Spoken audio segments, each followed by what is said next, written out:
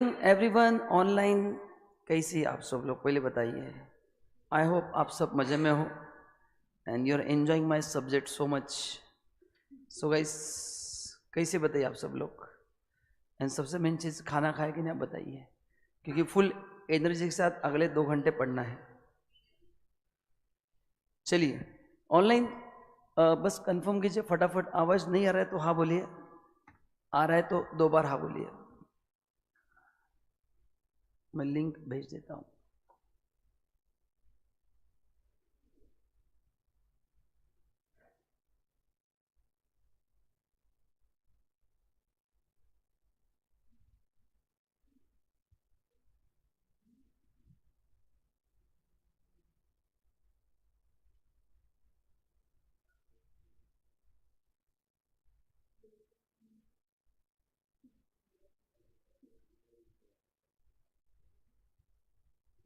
Good evening, good evening सारा, good evening.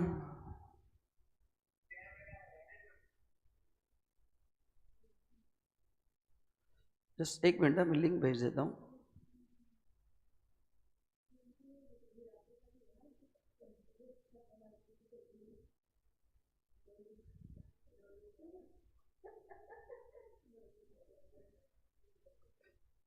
Online hello hello hello.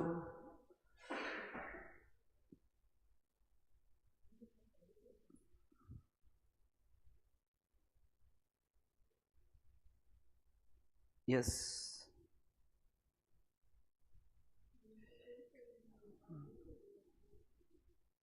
Online आवाज आ रहा है आपको? आप कैसे हैं सर? सर कैपिटल में डाउट्स है? अरे इस सेशन इसी के लिए तो है, अभी इसके और डाउट नहीं रहेंगे मैडम, डोंट वरी। बस एक बार मेरे को वीआईपी लोगों को इनविटेशन देने दो कि आइए पधारिए, मैं आपकी राह देख रहा हूँ।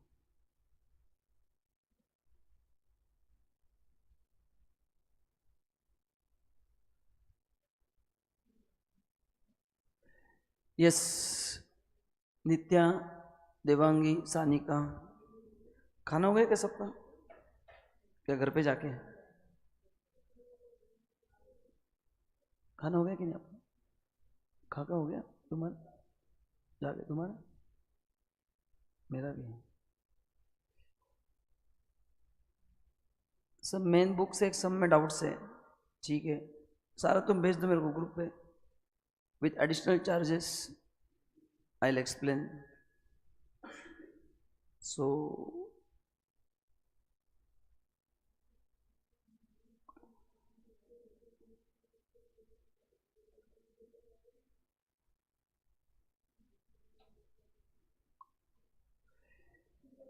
यस, नहीं डिनर मैं अभी घर पे जाके करूँगा, डिनर बाद में।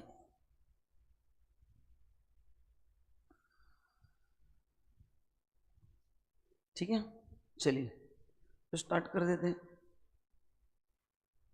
एक सेकंड, आवाज बराबर आ रहा है क्या आपको? आवाज ओके, ग्रेट ग्रेट ग्रेट। चलिए सो अभी अगले 2 घंटे खतरनाक रिवीजन करना है एंड पूरे मार्क्स घर पे लेके जाना है, ठीक है? यस वेरी इजी टॉपिक, देखते हैं अपन। चलिए सो ऑनलाइन ऑल सेट, आवाज वगैरह परफेक्ट आ रहा है ना? ठीक है चलो मैं थोड़ा पी लेता हूँ पानी।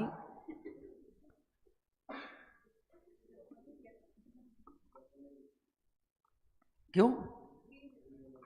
हाँ ठीक है ना, फिर लेट देम थिंक कि मैं क्या पी रहा हूँ। ऑनलाइन बॉटल दिख रहा है क्या? सर एग्जाम में how many years previous question mandatory to solve? दोस्त एटलीस्ट 2 से 3 साल का पेपर। बैठिए, गुड नाइट। अरे लू के नहीं सेशन, सेशन लू की नहीं? अच्छा गुड नाइट मतलब तुम घर पे जाओ ऐसा हो गया ना? क्यों हमको बोर कर रहे हो, ऐसा हो गया? चलिए चलिए, yes Tadka series about to start. तो इसके बाद अपन न्यूमेरिकल स्टार्ट करने वाले हैं ये होने के बाद, क्योंकि आगे के टॉपिक आई थिंक काफ़ी इजी है। आपने बोला तो मैं उसका रिवीजन लूंगा, other source clubbing, but very easy topic. तो मैं सोच रहा हूँ कि न्यूमेरिकल ऐड करूँगा, या लेट्स सी अपन करते कुछ तो भी प्लान, या थ्योरी कंटिन्यू करेंगे, संडे को न्यूमेरिकल लेंगे, आपके पास कितना समय है उसके हिसाब से। एंड मैंने और एक बहुत भारी प्लान निकाला आपके लिए, अभी अपन डेली भी कर सकते हैं रिवीजन 5 to 6, क्योंकि मेरा क्लास का टाइम चेंज हो रहा है, तो एवरी डे 5 to 6 कर सकता हूँ, एवरी डे। सोचो मतलब आप सबको टैक्स में 80-90 मार्क्स आ जाएंगे। अबे मैंने डेली रिवीजन लिया मतलब खत्म ही। कुछ लोग तो टीचर ही बन जाएंगे, मत बनना, मैं एक ही सब्जेक्ट पढ़ा था, मेरे को बाकी कुछ आता नहीं है, इजी सब्जेक्ट बस आता है मेरे को। हाँ दोनों चलिए नाउ, तो guys give heading capital gain section 45 to 55, weightage exam में 5 to 7 मार्क्स। अगर आपने मेरे दोनों सेशन अटेंड किए तो आप पूरे मार्क्स लेके आओगे। एंड आपके जो भी डाउट्स है फटाफट मेरे को भेजते रखना। अगेन कुछ डिस्क्लेमर मैं जब लिखूंगा, आपको लिखना है तो मेरे साथ लिखना है, या घर पे जाके आराम से लिखो, क्योंकि अपने को रिवीजन में कम से कम समय में अच्छे से अच्छा कवर करना है, ठीक है। सो बस, और सबने पढ़ाई है, हम भी नशा करके आएंगे, क्यों? बट सस्ता नशा नको देवांगी। हाँ, एक दिन प्रोविजन पढ़ेंगे, एक दिन सॉल्विंग। यस, गुड, चलिए ग्रेट। तो सबसे पहले कैपिटल गेन और पीजीपीपी में फ़र्क क्या है ये आपको मैं बताता हूँ, ठीक है। मेरे पास एसेट है, एग्जांपल लेंगे अपन बिल्डिंग। एसेट का अगर मैं बिजनेस में यूज़ कर रहा हूँ तो उससे जो फ़ायदा होगा वो बिजनेस इनकम होगा। एंड अगर मैंने वो एसेट ही बेच दिया, मैंने वो क्या कर दिया, एसेट ही बेच दिया, तो कहाँ पे जाएगा, कैपिटल गेन। तो कैपिटल गेन समझने से पहले दो इंपॉर्टेंट कॉन्सेप्ट समझना जरूरी है। जब तक ये दो कॉन्सेप्ट नहीं समझेंगे तब तक टॉपिक में आगे बढ़ के मतलब नहीं। तो पहले 15 to 20 minutes will focus on 2 important pillars of this topic, कि जो एसेट की बात हो रही है वो कैपिटल एसेट होना जरूरी है, एंड उसका ट्रांसफर होना भी क्या है, जरूरी है, ठीक है। ये सच देवांगी, कंफर्म कंफर्म। चाहे तो मैं घर के आके भी पढ़ा दूंगा आपको, आप एड्रेस भेज देना। सर ओनली प्रॉपर्टी दिया है तो लैंड एंड बिल्डिंग कंसिडर करना है। यस, जितना मॉड्यूल लिखा है लैंड एंड बिल्डिंग कंसिडर करो। ओके ग्रेट ग्रेट, चलो। अच्छा पहले सबने लेक्चर लाइक किया ना, जल्दी कर दो, 5-5 मार्क बढ़ते हैं। जिन लोगों ने लास्ट बैच में किया था ना उनको 5-5 मार्क बढ़ गए, जिन्होंने नहीं किया तो उनके 10-10 कम हो गए। मतलब मैं श्राप नहीं देता हूँ, भगवान देता है ना, ठीक है। बाकी आप समझदार हो। चलिए तो पहले देखते हैं मीनिंग ऑफ कैपिटल एसेट। तो कैपिटल एसेट में पहला जो आता है, ध्यान दीजिए सब लोग, ये है property of any kind. Okay, मतलब अच्छा प्रॉपर्टी का मतलब इन जनरल होता है एसेट।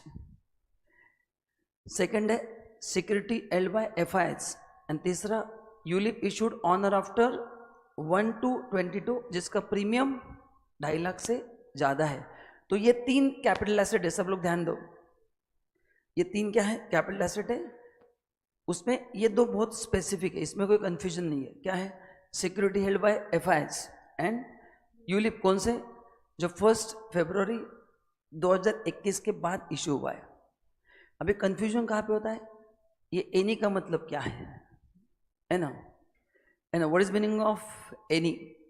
जैसे आप होटल में आपने कहा कि कोई भी चीज़ ला के दे दो, अभी कोई का मतलब क्या, उसको समझेंगे नहीं। तो एनी का मतलब समझना मुश्किल है क्योंकि इसमें सभी एसेट्स आते हैं। तो अपन सिंपली लर्न क्या करेंगे, 6 एसेट्स लर्न करेंगे जो कैपिटल एसेट नहीं है, वो छोड़ के हर एक एसेट क्या है, कैपिटल एसेट है। तो पहला कौन सा बताओ, पहला है स्टॉक इन ट्रेड। तो stock in trade means what, मेरा ज्वेलरी शॉप है तो मेरे लिए ज्वेलरी क्या है, स्टॉक इन ट्रेड है, बराबर है। लेकिन यशा के पास जो 6 किलो का सोने का हार है, बताओ अभी उसके लिए वो स्टॉक इन ट्रेड नहीं है, उसके लिए वो क्या है, एसेट है, क्योंकि वो उसने बेचने के लिए नहीं खरीदा है, लोगों को दिखाने के लिए खरीदा है कि मेरे पास है तुम्हारे पास नहीं है। अपने ग्रुप पे जो फोटो आया था वो उसी का था, ठीक है। पता नहीं शायद वो एआई वाला फोटो रहेगा बट आया तो था, ठीक है। Okay, so stock in trade किसके लिए, बिजनेसमैन के लिए। तो ज्वेलरी अपने लिए क्या है, स्टॉक इन ट्रेड है, एसेट है।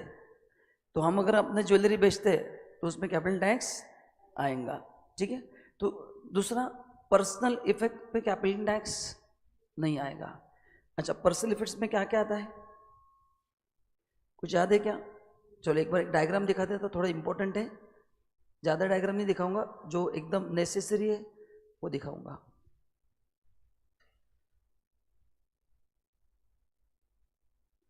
ध्यान दो सब लोग ऑनलाइन।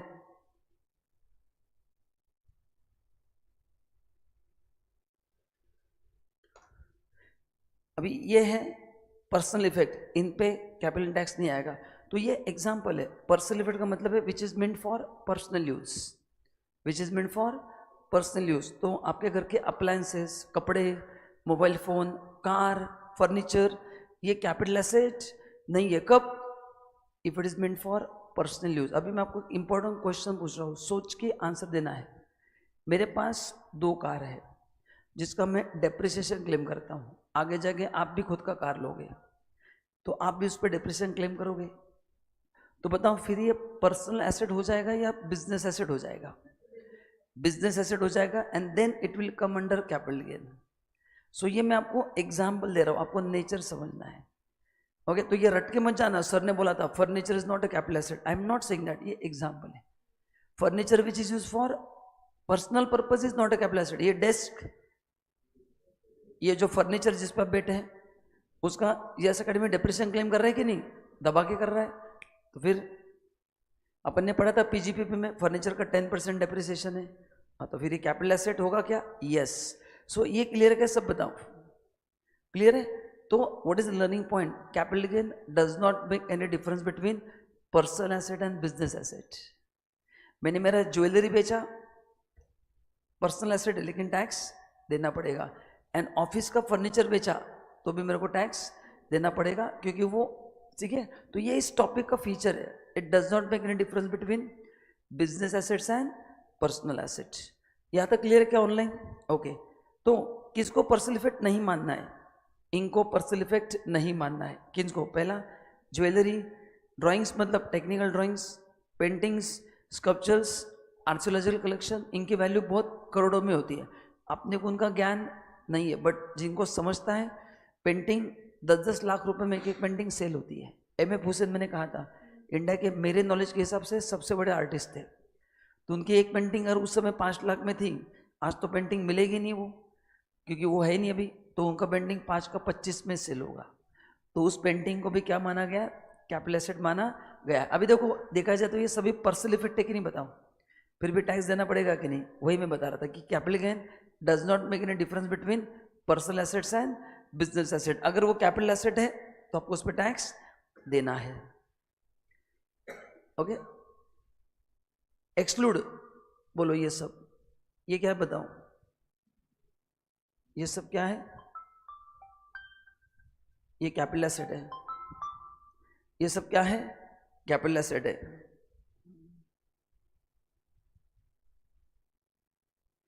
ये सब क्या है? कैपिटल एसेट है, बराबर है, ठीक है। नाउ इमूवेबल प्रॉपर्टी, अभी इमूवेबल प्रॉपर्टी देखा जाए तो पर्सनल इफेक्ट ही है, बट इसको भी कैपिटल एसेट माना गया। मैंने आपको क्लास में लॉजिक बताया था, गवर्नमेंट ने क्या किया है, जिस एसेट्स का वैल्यू बढ़ता है उसको पर्सनल इफेक्ट से बाहर निकाला है, ताकि उस पर गवर्नमेंट को टैक्स मिले। देखो, इन सब एसेट का वैल्यू बढ़ता है कि नहीं? ज्वेलरी का वैल्यू बढ़ेगा, आपके घर का वैल्यू बढ़ेगा, तो इन सबको बाहर निकाल दिया है। तो इन सब पे आपको क्या करना है? टैक्स देना है। Then agriculture land in rural area, very important. तो ओनली एग्रीकल्चर लैंड नहीं, agriculture land in rural area use for agri purpose is not a capital asset.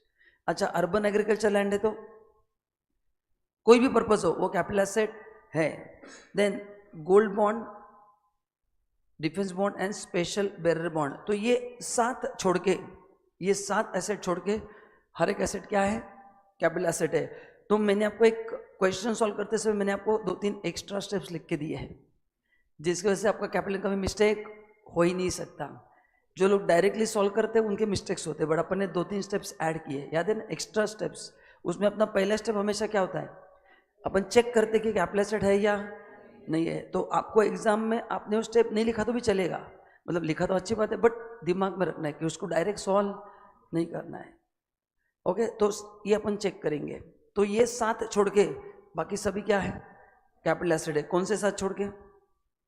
Stock and trade, few personal effect, तीसरा agriculture land, 4, 5, 6 gold bond, special bearer bond. तो ये 6-7 चीजें छोड़ के बाकी हर एक चीज क्या है बताओ? बाकी हर एक चीज क्या है? कैपिटल एसेट है। बाकी हर एक चीज क्या है? कैपिटल एसेट है। यहां तक क्लियर है क्या? कंफर्म? ऑनलाइन कोई प्रॉब्लम? चलिए नाउ कैपिटल एसेट को 2 पार्ट में डिवाइड किया है, short term and long term, क्योंकि दोनों के टैक्स रेट्स क्या है? अलग अलग है। दोनों के टैक्स रेट्स क्या है? अलग अलग है। ठीक है। Now how to define short term? Listed shares in recognised stock exchange in India, India के बाहर नहीं। तो इंडिया में अगर आपके शेयर्स लिस्टेड है तो जरा मेरे को 1-2 कंपनी बताओ जो इंडिया में लिस्टेड है ना, आपको पता है। Give me any 2 example of company जो इंडिया में लिस्टेड है। हाँ, रिलायंस है, टाटा है, TCS है, बजाज है। तो ये सब कंपनीज यहाँ पे आएंगी 12 मंथ्स। उसके बाद यूनिट्स ऑफ UTI, मतलब ये म्यूचुअल फंड के यूनिट्स है। Equity oriented mutual fund, what is equity oriented? मैंने क्लास में कहा था कि आपने जो भी पैसा इन्वेस्ट किया उसमें से 65% पैसा अगर इक्विटी में इन्वेस्ट हो रहा है तो उसको बोलते हैं equity oriented mutual fund. Correct है? Online Bajaj, Tata, Reliance, good. Online very good. Adani, TCS, very good. सबका आंसर करेक्ट है। तो उन सब के लिए 12 मंथ्स होगा। एंड जीरो कूपन बॉन्ड जो अपन ने PGP में पढ़ा था, तो इनके लिए लिस्टेड हो या ना हो, लेकिन शेयर्स मस्ट बी लिस्टेड। तो इन सब के लिए क्या बोलो? 12 मंथ्स या उससे कम है तो short term, and 12 months plus 1 day है लॉन्ग टर्म। एग्जैक्टली 12 मंथ्स है, एग्जैक्टली 12 मंथ्स है, एग्जैक्टली 12 मंथ्स है short term. Less than equal to मैंने मार्क करके दिया है। तो एग्जैक्टली 12 मंथ्स है, तुम्हें क्या मानना है? शॉर्ट टर्म मानना है। ठीक है। नाउ ये छोड़ के बाकी सभी एसेट्स के लिए क्या पीरियड है? 24 मंथ्स। तो अदर एसेट्स कहाँ पे आएंगे? यहाँ पे। तो अभी मैं आपको कुछ एग्जाम्पल पूछता हूँ, बस आपको मेरे को बताना है आप एग्जाम में 12 मंथ्स देखोगे या 24 मंथ्स। ठीक है। तो पहले मैं लिखता हूँ गोल्ड। आपको सामने आंसर लिखते जाओ, ये शॉर्ट टर्म है या गोल्ड के लिए you just need to write period of holding. ये मैं ऐसे लिखता हूँ गोल्ड, यहाँ पे लिखता हूँ, एक काम करते हैं, asset holding period and nature. ठीक है। मैं लिखते जाता हूं, आपका लास्ट कॉलम में आंसर देना है। गोल्ड,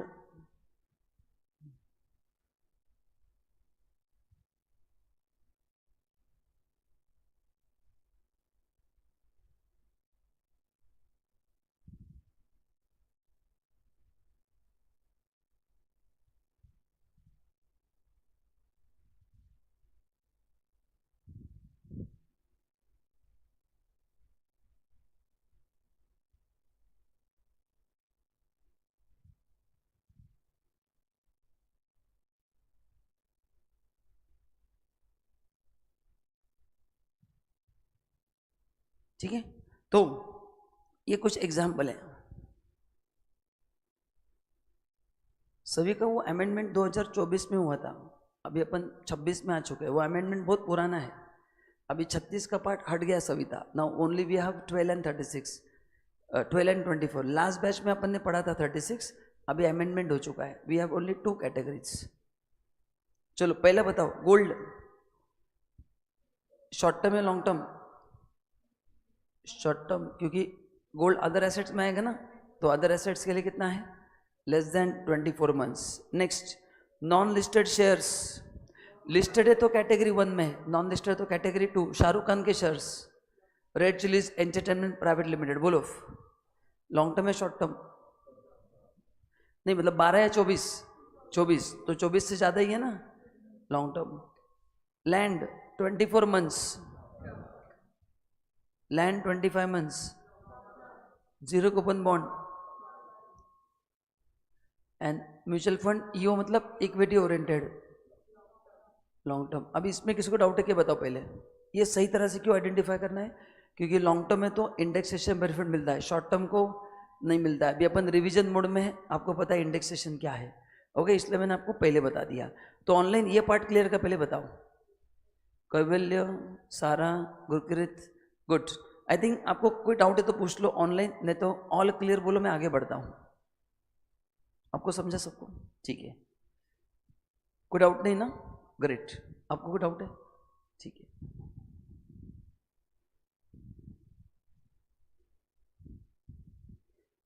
ये ठीक है, कुछ काम नहीं नाउ। तो ये था definition of capital asset. Now second part अपने को पढ़ना है मीनिंग ऑफ ट्रांसफर, क्योंकि एसेट ट्रांसफर होना भी क्या है, जरूरी है। तो ट्रांसफर में क्या क्या आता है? सेल।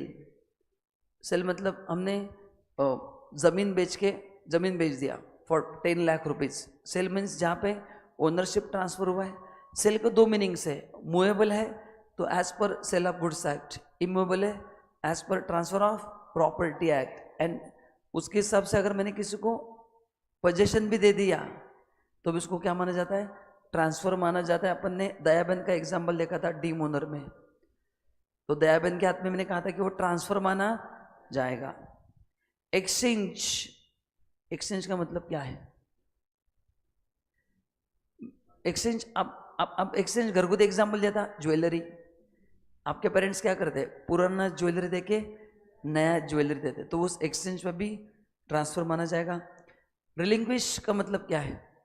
एसेट के राइट्स मैंने खत्म कर, मैंने किसी को गिफ्ट कर दिया, क्या कर दिया? गिफ्ट कर दिया, तो उसको भी ट्रांसफर माना जाता है। एक्सटिंग्विशमेंट मतलब मैंने कहा था कि जड़ से खत्म होना।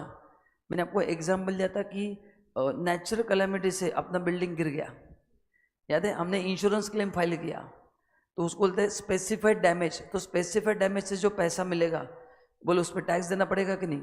तो उसको बोलते हैं रिलिंक्विश। कंपल्सरी एक्विजिशन, कन्वर्जन, अपन ये सब पढ़ेंगे आगे, ठीक है?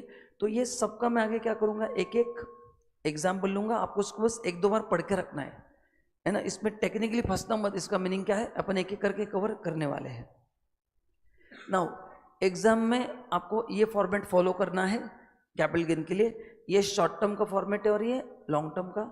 दोनों फॉर्मेट में डिफरेंस यहाँ पे है। पहला तो पहला लेना है अपने को सेल कंसिडरेशन, दोनों जगह पे सेम। मैं एक एक करके, उसके बाद एक्सपेंस ऑन ट्रांसफर होगा, फिर आएगा net sale consideration, then cost of acquisition, cost of improvement. Long term के लिए लेना है index cost. Yes Usha, correct है। रिलिंक्विश मतलब जड़ से खत्म होना। ये रिलिंक्विश मतलब मैंने मेरे इंटरेस्ट आपको दे दिया, मैं पार्टनरशिप फॉर्म में पार्टनर हूँ, मैंने राइट्स तुमको दे दिए, गिव अप कर दिया, मैंने तुमको गिफ्ट दे दिया एसेट, ये लो आज से तुम्हारा हो गया, तो उसको बोलते हैं रिलिंक्विश, मतलब मैंने एसेट के राइट्स तुमको दे दिए, ऐसा। एंड दूसरा फर्क यहाँ पे, तो फिर शॉर्ट टर्म लॉन्ग टर्म गिनाएगा। एंड फिर टैक्स बचाने के लिए सेक्शन 54 है। लॉन्ग टर्म में तुम ज़्यादा सेक्शन यूज कर सकते हो, शॉर्ट टर्म में कम, ठीक है? एंड फिर आपका आएगा पॉजिटिव है तो गेन होगा, नेगेटिव है तो लॉस, ठीक है? चलो अभी एक एक करके अपन हर एक चीज़ का डिस्कशन करेंगे। नाउ सबसे पहले ये पॉइंट ध्यान में रखना है कि एसटीटी कब लगता है, अपन ने पढ़ा है already. Listed shares, equity oriented mutual fund and units of business trust, इस पे एसटीटी लगता है। तो इस एसटीटी का आप एग्जाम में डिडक्शन क्लेम नहीं करोगे, है ना? इसका डिडक्शन क्लेम नहीं करोगे, ठीक है? अच्छा, अपन ने पीजीपीपी में पढ़ा था, इसका डिडक्शन किसको मिलेगा? क्योंकि ये गवर्नमेंट को टैक्स मिलता है, इसका आपको डिडक्शन नहीं मिलेगा। लेकिन अपन ने पढ़ा था पीजीपीपी में कि मैं डीलर हूँ, मेरा बिजनेस है शेयर्स खरीद के बेचने का, उसको बेनिफिट मिलेगा, डीलर को मिलेगा, आपको मेरे को। तो एज ए इन्वेस्टर अपन ने जो एसटीटी पे किया है, करेक्ट ना, उसका आपको डिडक्शन क्लेम नहीं करना है, उसका अपने को डिडक्शन क्लेम नहीं करना है, ठीक है?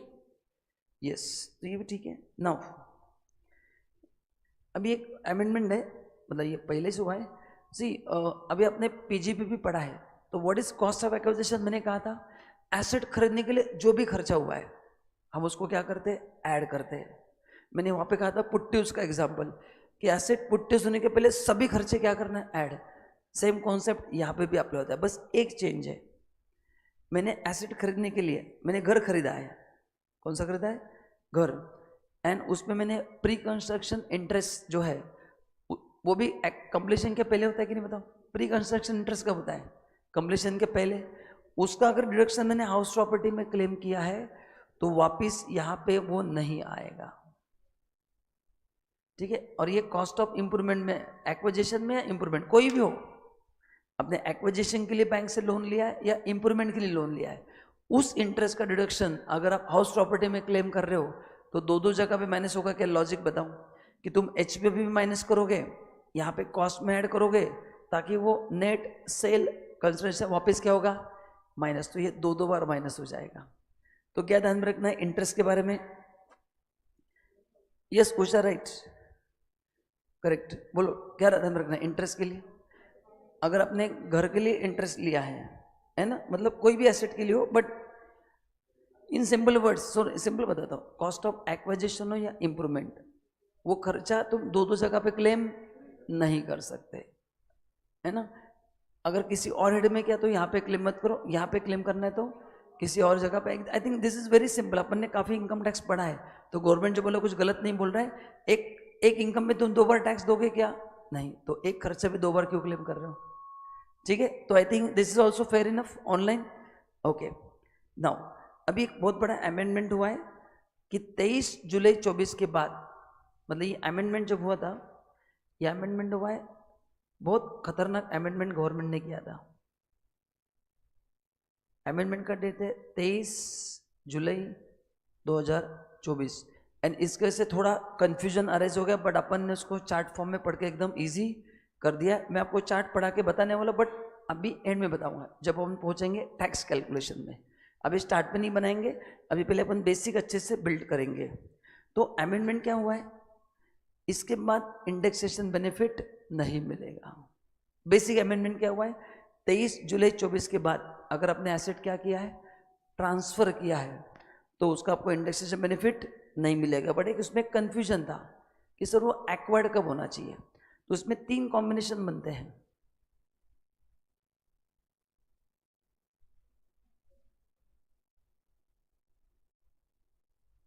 Acquired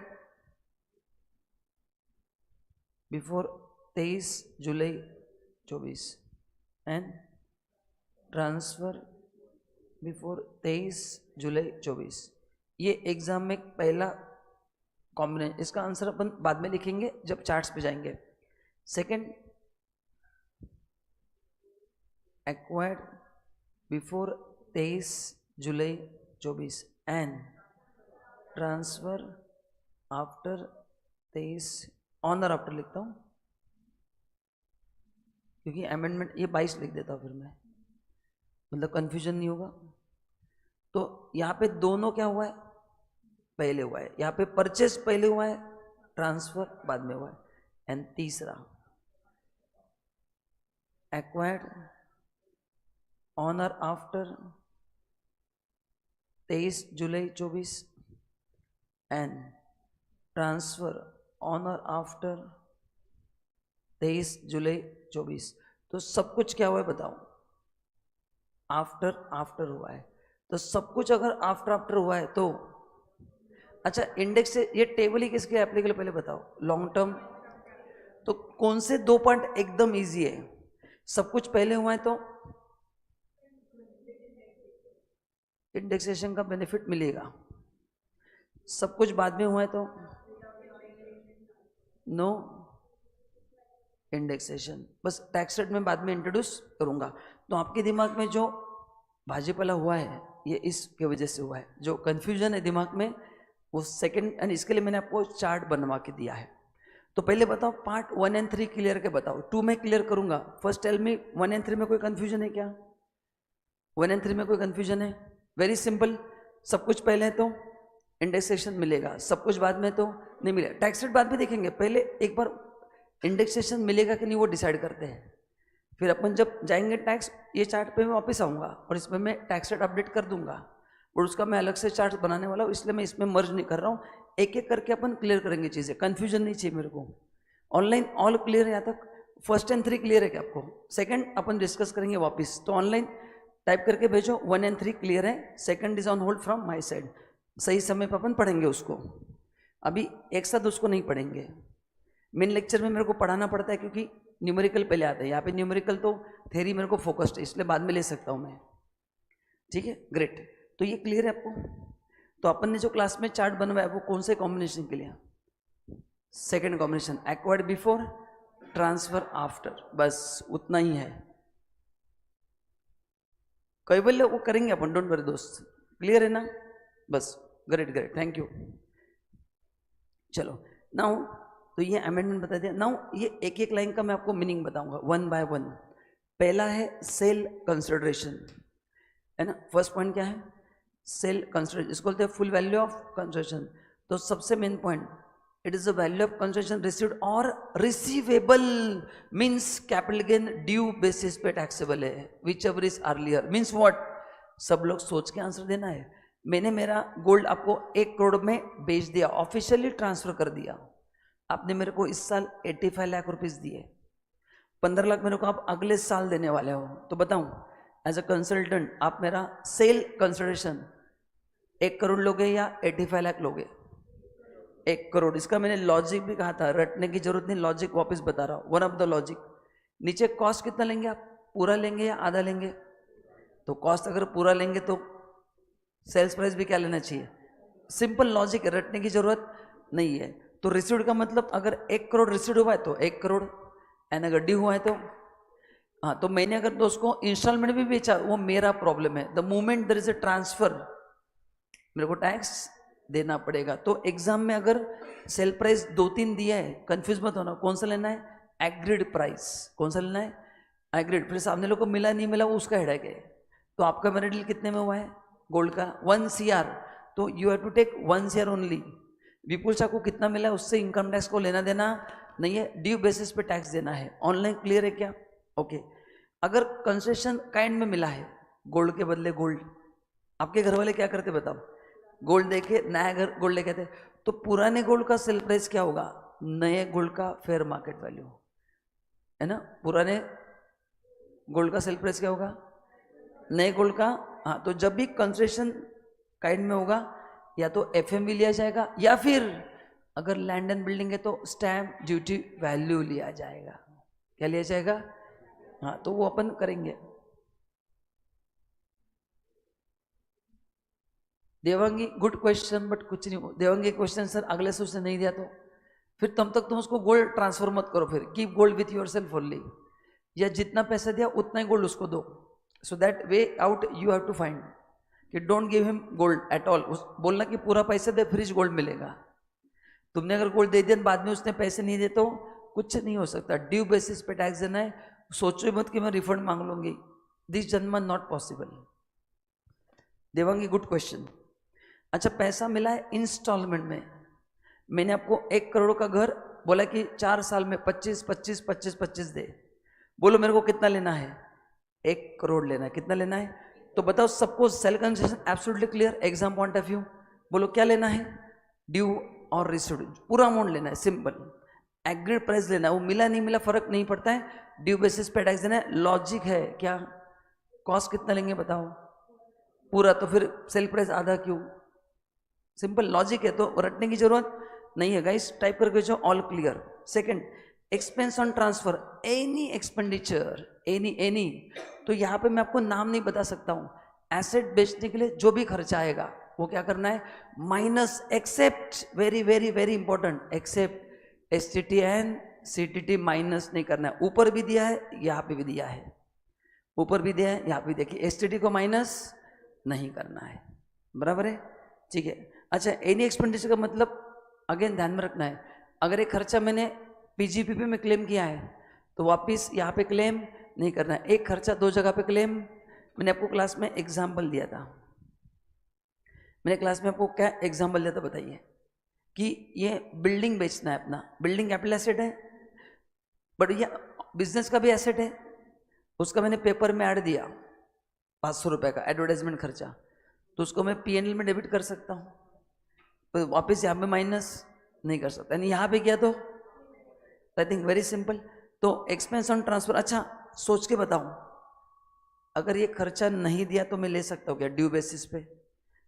think of sale consideration, logic apply करो। अगर सेल प्राइस ड्यू बेसिस पे टैक्सेबल है तो ये भी ड्यू बेसिस पे खर्चा माइनस हो सकता है, तो ये ड्यू बेसिस है तो भी लेना है, ड्यू बेसिस है तो भी लेना है। अब इसमें कुछ बच्चे खतरनाक होते हैं, उनके लिए डायग्राम बताता हूँ। सी एक्सपेंस ऑन ट्रांसफर जो होता है ना, अगर at the time of purchase हुआ है तो उसको ऐड करना है कॉस्ट ऑफ एक्विजिशन में, and at the time of sale हुआ है तो सेल कंसेप्ट। तो थोड़ा अलर्ट रहना, रट्टा नहीं मारना है ना। एक्सपेंस ऑन ट्रांसफर मेरे नाम पे एसेट करने के लिए खर्च हुआ है, तो मैं एसेट के कॉस्ट में क्या करूंगा, ऐड, एंड बेचने के लिए हुआ है तो माइनस। इसमें क्लास में भी काफ़ी बार कंफ्यूजन हो चुका है, ये डायग्राम मैंने आपको क्लास में भी लिख के दिया है, वापस लिख के दे रहा हूँ, IMP डायग्राम है। सब लोगों को बताओ क्लियर है क्या? मेरा सेशन होने के बाद मैं जितना भी कवर करूंगा आपको डाउट फ्री घर पे जाना है। एक छोटा डाउट भी है उसको कवर कर लेना आज, मतलब बाद में कैपिटल घर पे पढ़ना नहीं है, बस पढ़ना है, मतलब कॉन्सेप्ट क्लियर है, अभी कंफ्यूजन वाला काम नहीं, बस रिवीजन करते रहना है। अपन डाउट लेवल से ऊपर आ गए, मतलब वो टेंशन खत्म होना चाहिए कि हाँ मेरे को सब पता है, बस पढ़ना है। ऑनलाइन क्लियर है?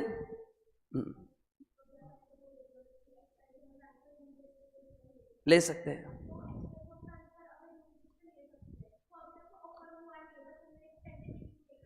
टेंटेटिव नहीं, मेरे को कमीशन देना है ना किसी को।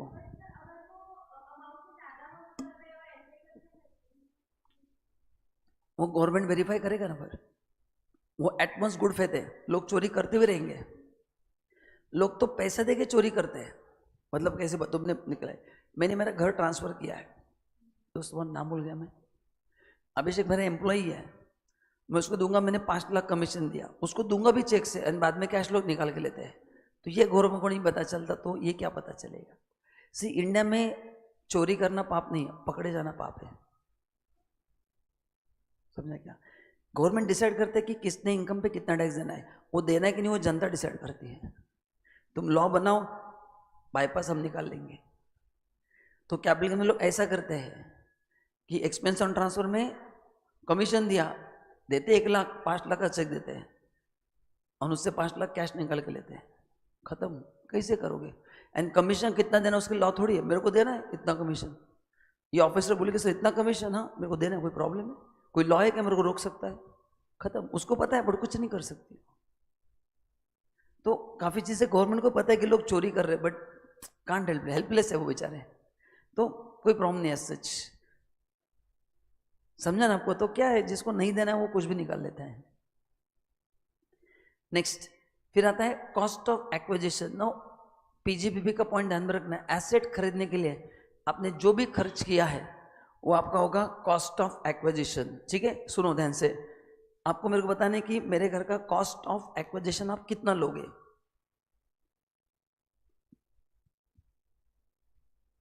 मैंने हाउस प्रॉपर्टी परचेस किया है फॉर 59 लाख। परचेस करने के लिए मैंने लीगल चार्जेस पे किए हैं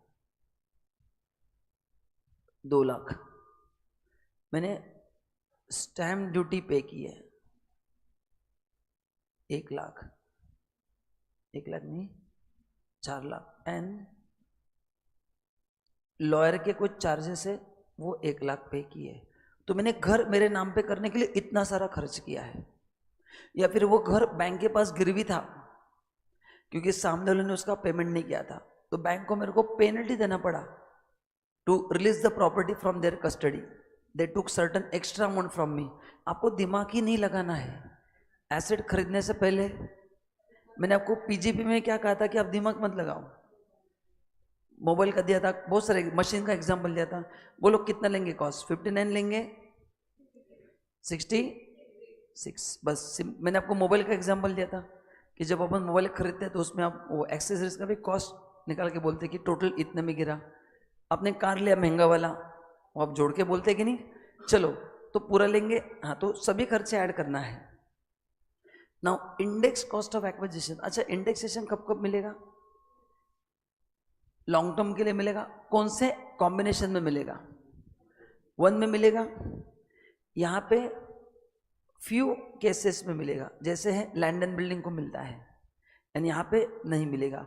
तो अभी जो भी हम इंडेक्सेशन का कॉन्सेप्ट पढ़ रहे हैं, एग्जाम में बताओ 3 में से कौन से इसमें अप्लाई करना है? पहले 2 में अप्लाई करना है, ठीक है, पहले 2 में अप्लाई करना है। तो 23 जुलाई के बाद बनो, 23 जुलाई के बाद any asset any SSC indexation benefit, I repeat, any asset any SSC, zero confusion. So gold नाम मत पूछो, कंपनी मैंने क्या बोला है, एनी एसएससी एनी एसेट, तो कंफ्यूजन कहाँ पे। तो ये पहले 2 कॉम्बिनेशन के लिए अपने को पढ़ना है। यहाँ तक क्लियर है क्या? चलिए, तो कैलसी रेडी रखना है क्योंकि अपने को अभी कुछ कैलकुलेशंस करना है। ऑनलाइन याद रहेगा सबको? Okay. Now indexation, what is indexation, क्यों होता है? अच्छा, इंडेक्सेशन क्यों करना है? बिकॉज मैंने आपको पॉकेट मनी का एग्जाम्पल दिया था, अगर आपको याद है तो, कि आपके डैड के लिए जो पॉकेट मनी 100 रुपया बहुत ज़्यादा था, उसमें अभी 2 भेल भी नहीं आते, महंगाई इतनी बड़ी, 2 तो आनी चाहिए भेल, मैं अकेला कैसे खाऊंगा? जो मेरे साथ है उसको ही खिलाना है। तो मैं मतलब दोस्त बोल रहा हूँ मैं, तुम गलत मत, तुम हंसना मत, है ना? हाँ, सो वैसा है। तो इंडेक्स कॉस्ट की वजह से कि मैंने घर 10 लाख में लिया था, आज वो घर 10 लाख में नहीं मिलेगा, एंड मेरा सेलिंग प्राइस अगर आज का लिया जा रहा है तो कॉस्ट प्राइस भी आज का लिया जाएगा। तो ये इंडेक्स टेबल आपको एग्जाम में रेडीमेड दिया जाएगा, बस आपको 2 इंडेक्स लर्न करना है। एक होता है बेस इंडेक्स, क्योंकि ये है 100, एंड करेंट ईयर का कितना है 376, ये इंडेक्स आपको लर्न करना है, ठीक है। तो जहां जहां पे इंडेक्सेशन मिलेगा, व्हाट इज द फॉर्मूला देखते हैं अपन। सो लिखो इंडेक्स कॉस्ट ऑफ एक्विजिशन कब मिलेगा? जब period of holding greater than 12 months है एंड ग्रेटर देन 24 मंथ्स, ठीक है। अच्छा, सब केसेस में इंडेक्सेशन मिलेगा क्या? नहीं, अपन वो एक्सेप्शंस पढ़ेंगे कि कहाँ कहाँ पे इंडेक्सेशन नहीं मिलेगा, बट जहां पे मिलता है वहां पे तो क्लेम करना है। हाँ, तो एक एग्जांपल लेते हैं, house property purchased in 6-7 for 12 lakh. Compute index cost of acquisition for 25-26. Again, I know indexation benefit not available, but जहाँ जहाँ पे अवेलेबल है वहाँ पे तो करना पड़ेगा कि नहीं? तो एज अ कॉन्सेप्ट मैं डिस्कस कर रहा हूँ, एग्जाम में यूज करना है कि नहीं आई डोंट नो, डिपेंड किस टाइप का क्वेश्चन है। बट बिना इंडेक्सेशन के आप एग्जाम में जा सकते हैं क्या? बताओ, नहीं आ सकते ना? हाँ, चलो, इंडेक्स टेबल सबके पास है ना? है ना इंडेक्स टेबल सबके पास गाँव वालों? तो फॉर्मूला दिया, बट मैंने आपको क्या था, फॉर्मूला है या क्रॉस मल्टीप्लिकेशन है? डरने की जरूरत नहीं है। ऑनलाइन क्वेश्चन लिखा, जिनके पास इंडेक्स नहीं है, ये रहा इंडेक्स। तो कब लिया पहले प्रॉपर्टी अपन ने? 6-7। तो व्हाट इज इंडेक्स ऑफ 6-7? 122। तो जब इंडेक्स 122 था, महंगा इंडेक्स, तो आपके घर का प्राइस था 12 लाख। अभी इंडेक्स कितना हो गया? तो आपके घर का प्राइस कितना है? तो अपन करेंगे क्या? 12 लाख अपॉन 122 इंटू 3।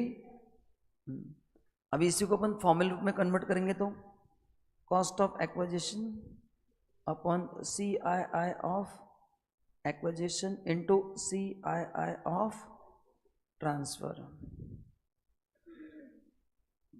ये बनेगा पहला फॉर्मूला। सेकंड क्या बन सकता है? Cost of acquisition to previous owner. कौन से केस में? 14N1। अगर हमको किसी ने गिफ्ट दिया है, तो आपको डैड ने, सैफ अली खान का एग्जांपल लिया था, उसको इनहेरिटेंस में मिला है पतौड़ी पैलेस, जिसका वैल्यू 750 करोड़ है। मैंने टीवी पे देखा था, मेरे को नहीं पता सच है झूठ है, तो मैं टीवी पे देखा, आपको बता रहा हूँ, रियलिटी मेरे को नहीं पता, बट मान लेते रहेगा। तो वो जब बेचेगा तो उसके लिए कॉस्ट किसका होगा? प्रीवियस ओनर का। एंड फिर CII ऑफ एक्विजिशन भी क्या होगा? प्रीवियस ओनर होगा इनटू CI ऑफ ट्रांसफर। तो फॉर्मूला सेम ही है। अच्छा, आंसर कितना आ रहा है? 3698,360।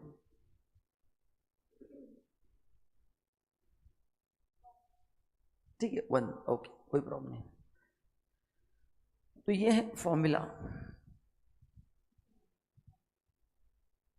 है ना? फॉर्मूला लिखने की जरूरत है अपन इट्स क्रॉस मल्टीप्लिकेशन, लिखने की जरूरत नहीं, मतलब लिख सकते हैं बट उसको रटने की जरूरत नहीं। What I am trying to convey, लिख सकते हैं याद करने के लिए बट रटने की जरूरत नहीं है। एंड इसमें और एक वर्जन क्या है बताओ, लिखना पड़ेगा। बट अपन क्या करेंगे स्पार्ट, पहले अपन अमाउंट लिखेंगे एंड उसके ऊपर फॉर्मूला लिखेंगे। इवेल्यूएटर को नहीं पता ना हमने पहले क्या लिखा है, तो पहले फॉर्मूला नीचे लिखना है, 3 लाइन छोड़ना है, फिर अमाउंट देख के वो क्या है लिखना है ना। हाँ एग्जाम में लिखना है फॉर्मूला, बट उल्टा करके। अपन ने कैसे बिल्ड किया फॉर्मूला। एंड तीसरा क्या होगा, कॉस्ट ऑफ एक्विजिशन और cost of acquisition to previous owner और FMV as on 141 whichever is. ये फॉर्मूला कब यूज होगा, एसेट 2001 के पहले एक्वायर्ड हुआ है इसलिए, सॉरी इसको डिवाइड बाय किससे करेंगे, बेस इंडेक्स से करेंगे। किससे करेंगे, इनटू CII ऑफ ट्रांसफर। तो दोस्तों ये 3 ही फॉर्मूले हैं। एंड इंप्रूवमेंट के लिए क्या करना है, instead of cost of acquisition बस इंप्रूवमेंट लिखना है, बस उतना ही फर्क है। एंड और एक फर्क है मैं आपको बताता हूं, ठीक है। डायरेक्ट करना है एंड बाद में उसको फॉर्मूले में कन्वर्ट करना है। आया तो लिखो, नहीं तो मत लिखो, टेंशन नहीं कुछ, मतलब प्रेशर मत लो उसका, हो जाएगा।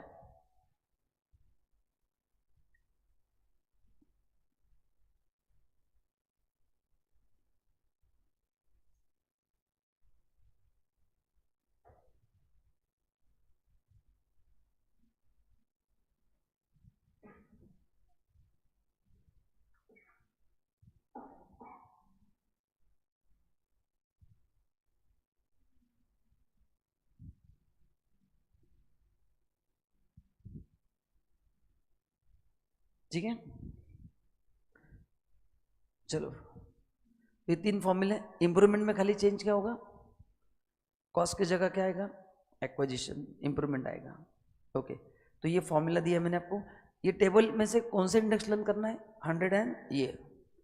अभी नेक्स्ट एसिड अगर 2001 के पहले एक्वायर किया तो क्या करना है, कॉस्ट ऑफ एक्विजिशन और FMV विचएवर इज हायर लेना है, विचएवर इज हायर लेना है।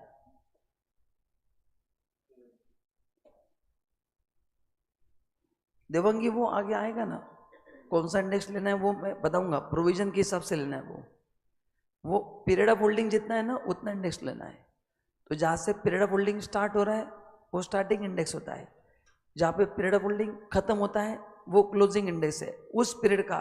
तो date of purchase and date of sale जिस साल में आता है ना उस साल का इंडेक्स लेना है, सिंपल। ओके नाउ तो यहाँ पे 2001 के पहले तो इंडेक्सेशन कब से लेना है, 100 से लेना है। अच्छा कहाँ पे इंडेक्सेशन FMV का ऑप्शन नहीं रहेगा, पहला है डेप्रिसिबल एसेट, उसके लिए अगर वो आपने पहले भी परचेस किया है, क्यों नहीं लेना है, क्योंकि मैंने कहा था क्लास में for depreciable there is always short term capital gain, जो अपन ने PGPP में किया है। तो depreciable assets are always short term के लिए इंडेक्सेशन करते हैं क्या, नहीं। तो फिर डब्ल्यू इसके लिए लेना क्या, इसके लिए लेते हैं WDV। इसके लिए कॉस्ट क्या होगा, जो अपन ने कहाँ पे डिस्कस किया है, PGPP में अपन ने क्या किया है, डिस्कस किया है। PGPP में अपन ने क्या किया है, डिस्कस किया है, ठीक है। भव्य फॉर्मूला फोटो ले लो या बाद में लिखना है, यूट्यूब पे लेक्चर रहेगा। रिवीजन में थोड़ा मेरे को फास्ट जाना पड़ता है ना इसलिए, ठीक है। तो बाद में उसको आराम से लिख लेना, आधा पे जगह छोड़ दो। एंड नोट्स में भी दिया है फॉर्मूला, ये देखो यहाँ पे दिया है मैंने फॉर्मूला, तो यहाँ पे दिया है भव्य फॉर्मूला, डोंट वरी। अच्छा नाउ एक एक्सेप्शन है, क्या बताऊं, अगर लैंड एंड बिल्डिंग है तो उसके लिए ओनली FMV नहीं लेना है। अगर उसका स्टैम्प ड्यूटी वैल्यू दिया है तो पहले क्या करना है, FMV और स्टैम्प ड्यूटी वैल्यू उसमें से लोअर लेना है and then you compare with cost which ever is higher, ठीक है। तो अगर लैंड एंड बिल्डिंग के लिए खाली देखना है, अगर वो नहीं दिया तो सेम फॉर्मूला क्या है, कॉस्ट ऑफ एक्विजिशन और FMV which ever is higher, ठीक है। नाउ ये है एक्सेप्शन जहां पे एसेट लॉन्ग टर्म है बट आप इंडेक्सेशन बेनिफिट क्लेम नहीं करोगे। कौन से? Debenture bonds, slump sale, bitcoin, equity oriented mutual fund and equity shares जो 111A में है, 112 में है, certain transaction by non resident. अभी देखो इसमें से कुछ प्रोविजन आपके सिलेबस में नहीं है, तो इसलिए मैंने आपको पढ़ाया नहीं है। अपन ने कौन सा पढ़ा है? Debenture, slump sale, 112A, land and building.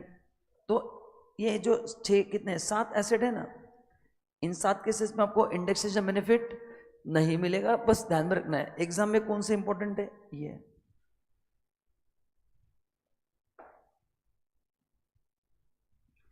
मतलब ये जो 4 क्वेश्चन वो आने के चांसेस है। ये क्या है? ये 4 क्वेश्चन क्या है? आने के चांसेस है। ये 4 क्वेश्चन आने के क्या है? चांसेस है।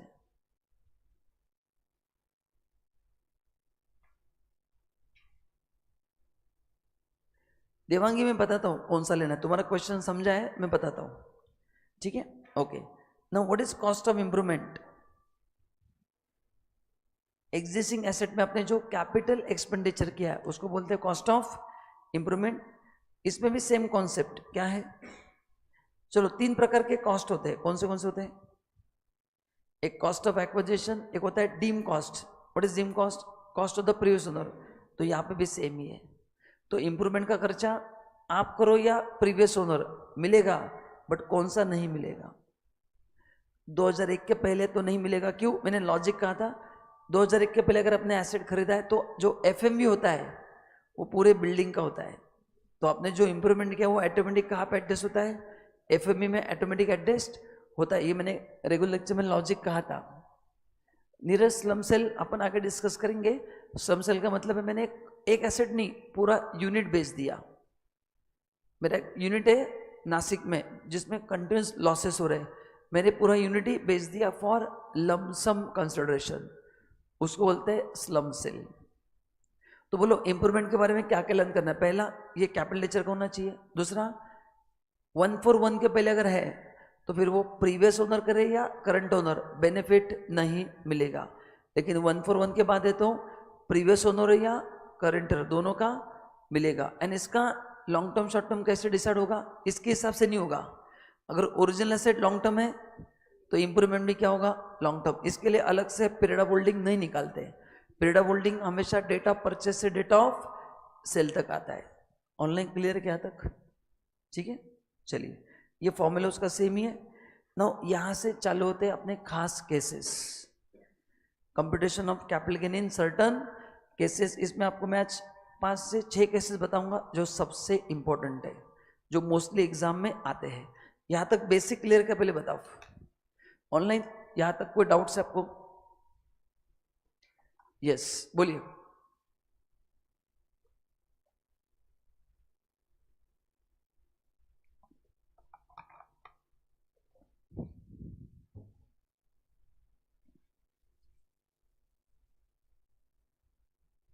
Okay, now computation of capital gain. पहला इंपॉर्टेंट, इंश्योरेंस क्लेम। इंपॉर्टेंट है, एग्जाम में आता है।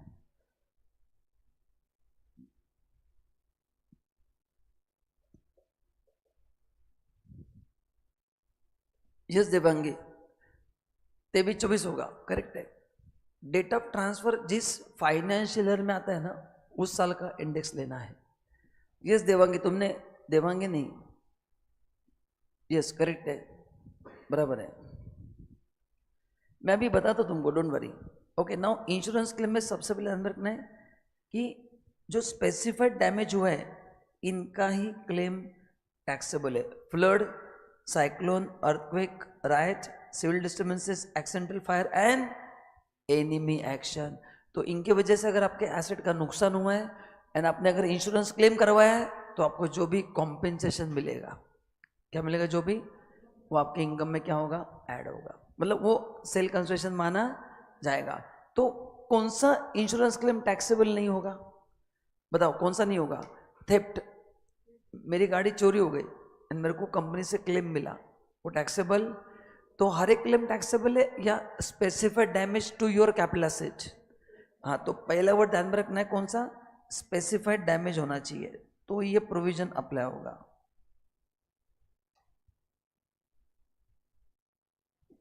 अब इसमें सबसे इंपॉर्टेंट देखो, अच्छा what is the sale consideration, अगर कंपनी ने कैश में पैसा दिया तो कैश में, एंड उन्होंने काइंड में दिया तो अभी पढ़ा था जिस दिन मिला उस दिन का एफएमवी, तो ये एग्जाम में दिया जाएगा।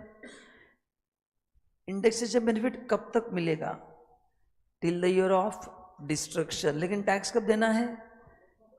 हाँ मतलब देखो अभी आपने एचपी परचेस किया था 6/7 में, डेट ऑफ डिस्ट्रक्शन है 2021 एंड कॉम्पेंसेशन रिसीव्ड है 25-26 में। तो अब इसमें बच्चों को कंफ्यूजन होता है, तो आपको मेरे को बताना है पीरियड ऑफ होल्डिंग कहाँ से कहाँ तक होगा। परचेस किया मैंने 6/7 में 2, अच्छा डिस्ट्रक्शन हुआ उसी दिन मैंने इंश्योरेंस क्लेम फाइल कर दिया, मतलब मैंने राइट्स कंपनी को दे दिए, तो बेनिफिट मिलेगा टिल 2021। तो देवांगी ऐसे लेना है, तुमने जो क्वेश्चन पूछा ना, ये प्रोविजन टू प्रोविजन चेंज होता है। अच्छा यहाँ पे बताओ 6/7 का रोल क्या होगा, ये होगा अपना बेस इंडेक्स, क्या होगा, एंड 2021 क्या होगा बताओ, उसको मल्टीप्लाई करेंगे। तो ये मैंने कहा था क्लास में लिख के दिया, 3 ऐसे प्रोविजन है जहाँ पे 376 से मल्टीप्लाई हो भी सकता है, या तो यहाँ पे मल्टीप्लाई कौन से इंडेक्स से होगा, हाँ लेकिन पैसा मिला है क्या, नहीं, तो आपको टैक्स कब देना है, टैक्स देना है, बस इतना ही समझना है। बाकी इंडेक्सेशन में आप लोग चैंपियन हो, इंडेक्सेशन यूज कैसे करना है, वो विद इंडेक्सेशन विदाउट सब आपको मैंने एक्सपर्ट बना दिया है, तो ये समझना जरूरी है। कौन सा, ये अगर नहीं जमा तो कुछ मतलब ही नहीं फिर। बताओ ये समझा कि आपको एब्सोल्युटली ऑनलाइन देवांगे, तुम बताओ, तो अभी अपना बेस इंडेक्स कौन सा होगा 6/7 एंड मल्टीप्लाई बाय 2021 जो एग्जाम में दिया भी जाएगा। ऑनलाइन क्लियर है सबको, एंड टैक्स कब देना है, इस साल, ठीक है। तो मल्टीप्लाई बाय 25-26 नहीं लेना है, मल्टीप्लाई बाय 20-21 होगा, कौन सा होगा, तो अगर मैं फॉर्मूला अप्लाई करता हूं तो क्या होगा, cost of acquisition upon CII of 6/7 into CII of 2021। अभी इसको बोलते हैं स्पून फीडिंग, जो मैंने कर दिया है, इससे इजी कुछ नहीं हो सकता अभी, इससे इजी तो फिर मैं घर पे आके आपको पढ़ाता हूँ। एड्रेस भेज देना, कल संडे है, चॉपर लेके आता हूँ सबके घर पे, फटाफट पढ़ा के जाता हूँ। अरे देवांगी वही तो बता रहा हूँ मैडम, यही तो लेना है ना, अरे देवांगी यही तो बताने की कोशिश कर रहा हूँ, ये निकालना है कौन से लेना है मैं बता नहीं सकता madam, you need to identify period of holding, कौन से लेना है, ऐसा फिक्स आंसर नहीं है ना। स्टार्टिंग पॉइंट फिक्स है जो होता है date of purchase, and end point है डेट ऑफ ट्रांसफर, तो कहां से कहां तक लेना है, परचेस टू ट्रांसफर। देवांगी ये तुम्हारे लिए स्पेशल मेड टू ऑर्डर है, तो कहां से कहां तक लेना है, डेट ऑफ परचेस से शुरुआत करना है एंड डेट ऑफ ट्रांसफर तक लेना है, इससे ज्यादा नहीं बता पाऊंगा। सरेंडर,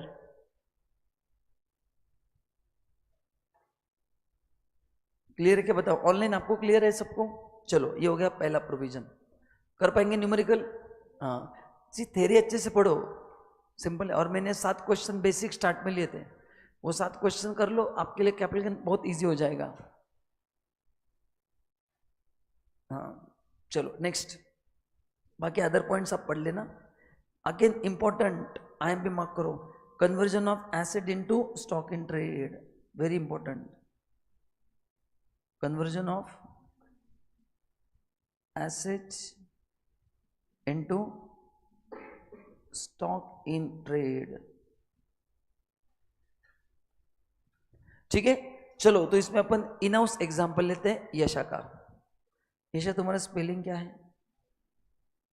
ऐसे ही नाम है ना, हाँ ठीक है, ओके नाउ ध्यान दो। अभी उसने वो गले में फोटो भेजा था ना क्लास के ग्रुप पे, उसने गोल्ड चेन परचेस किया था 12 लाख रुपए का 6-7 में, 6 किलो का। अभी उसने डिसाइड किया कि उससे अपन क्या स्टार्ट करेंगे, दुकान। तो इसको कन्वर्ट किया, कन्वर्टेड इनटू स्टॉक। तो उसने दुकान निकाला यशा ज्वेलर्स एंड कन्वर्ट किया है 22-23 में, है ना। इसको बोलते हैं कन्वर्ट टू स्टॉक। मतलब पहले ये पर्सनल एसेट था, अभी क्या हो गया, ये स्टॉक बन गया एंड बाद में उसने उसको सेल कर दिया। अभी यहां पे हम एज्यूम कर रहे कि पूरा सेल कर दिया एक साथ, एक्चुअली वो पार्ट पार्ट ही सेल होगा, बट अपने एग्जाम के लिए कंबाइंड क्वेश्चन आता है।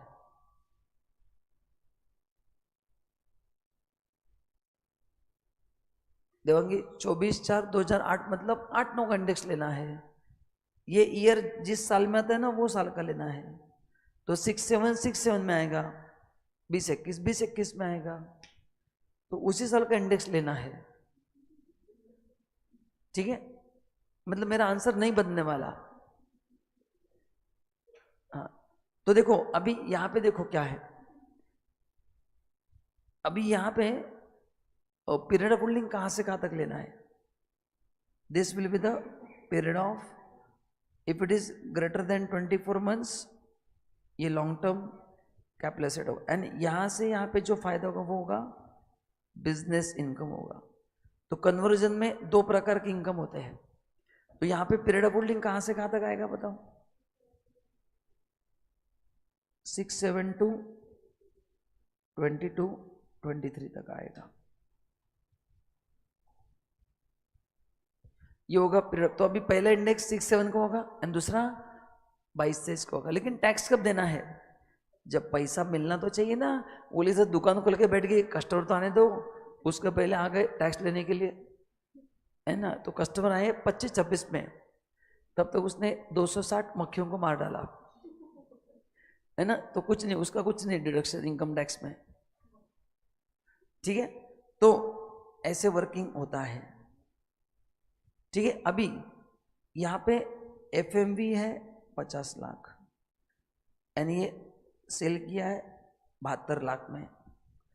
तो यहां पे जो सेल कंसिडरेशन होगा वो होगा 50 lakh, FMV on the rate of conversion. And यहाँ पे बिजनेस इनकम कितना आएगा, 72 लाख माइनस 50 लाख, 22 लाख रुपया बिजनेस इनकम होगा।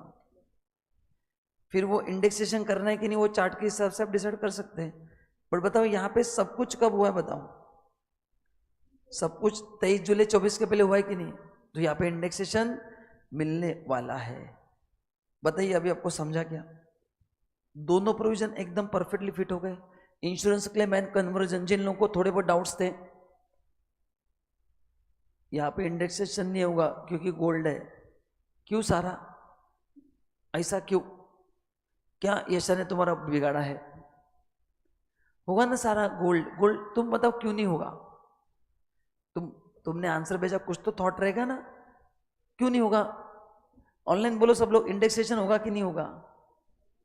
अरे मैडम सब कुछ 23 जुलाई 24 के पहले हुआ है ना, सारा ट्रांसफर 23 जुलाई 24 के पहले होना चाहिए। तुम शायद ध्यान दे रही हो पैसे पे, पैसा कमाना है फाइनल के बाद, तब तक कॉन्सेप्ट पे ध्यान देना है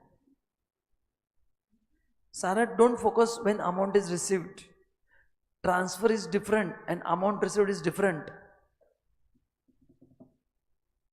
हाँ ओके ओके ठीक है, I hope doubt is clear. Online सबको क्लियर है, सेकंड प्रोविजन दिमाग में फिट हो गया। चलो तीसरा देखो, वही दिया है। सेल कंसेशन क्या होगा, fair market value on the rate of conversion, indexation benefit till the year of conversion. And taxable कब होगा, जब एक्चुअली वो ज्वेलरी से होगा तब टैक्स देना है।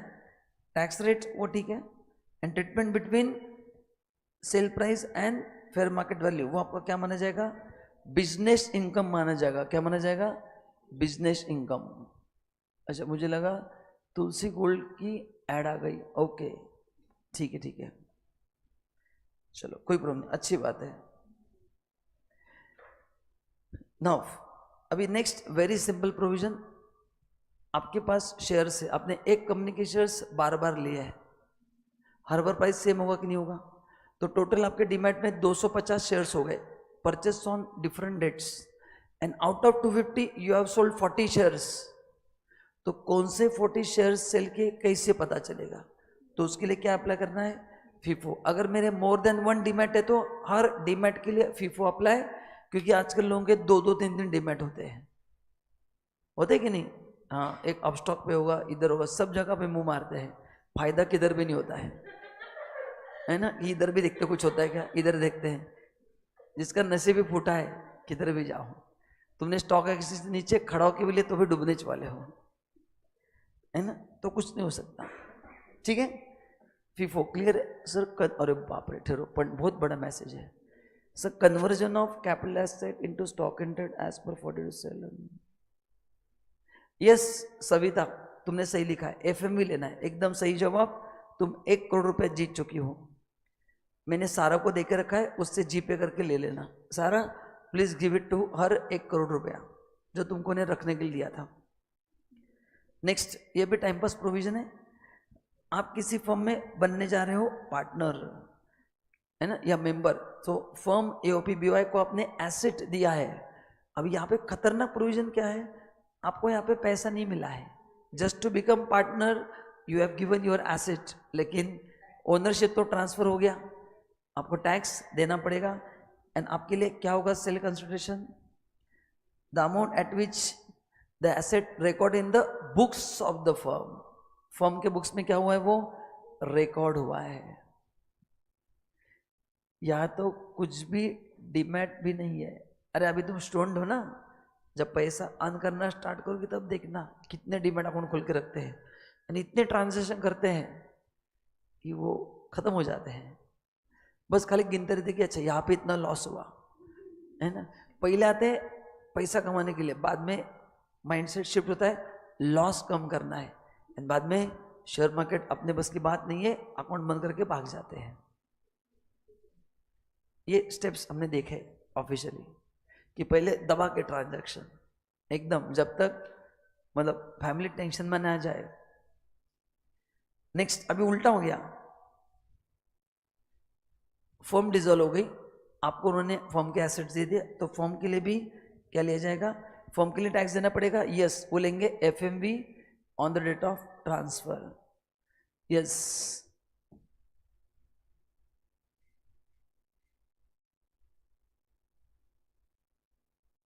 अच्छा ठीक है।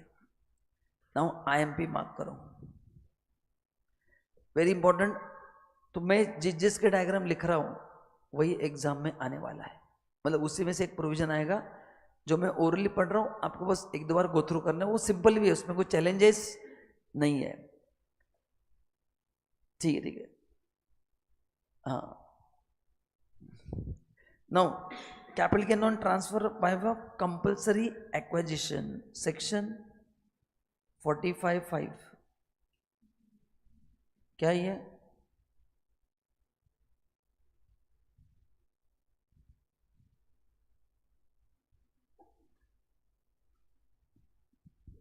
कंपल्सरी एक्विजिशन क्या है? ये कंपल्सरी क्या है? एक्विजिशन है। ओके, मतलब गवर्नमेंट ने आपका जगह क्या किया है? कंपल्सरी एक्वायर्ड किया फॉर रोड वाइडनिंग। अब देखा ना, बड़े बड़े गवर्नमेंट हाईवेज बनाती है, तो आपका जगह गवर्नमेंट कंपल्सरी क्या करती है? एक्वायर्ड करती है, उसको बोलते हैं रोड वाइडनिंग, उसको बोलते हैं कंपल्सरी एक्विजिशन। तो इसमें भी सेम होगा। एग्जाम्पल लेते हैं, आपने परचेस किया है land in 3-4 for 20 lakh, government ने कंपल्सरी एक्वायर्ड किया इन 21-22 फॉर 96 lakhs, लेकिन कॉम्पेंसेशन रिसीव्ड हुआ है 25-26 में 24 लाख, ठीक है? तो ये ऐसे 1 by 1 इवेंट्स हुए हैं। अभी इसमें आपको क्या क्या ढूंढ के मेरे को देना है? सबसे पहले पीरियड ऑफ होल्डिंग क्या होगा? Cost of acquisition. चलो, तो इसमें लॉ क्या बोलता है? चलो ध्यान दो सब लोग, गुरुकित ध्यान दो, टाइम पास नको। यहाँ पे लॉ क्या बोलता है, इंडेक्सेशन बेनिफिट कब तक मिलेगा, टिल कंपलसरी एक्विजिशन। तो ये होगा आपका इंडेक्सेशन का पीरियड, क्योंकि 21-22 के बाद वो एसेट गवर्नमेंट के पास ट्रांसफर हो चुका है। Who is the owner of that asset, government. तो आपको पीरियड ऑफ होल्डिंग कहाँ से कहाँ तक लेना है, 3, 4 to 21, 22।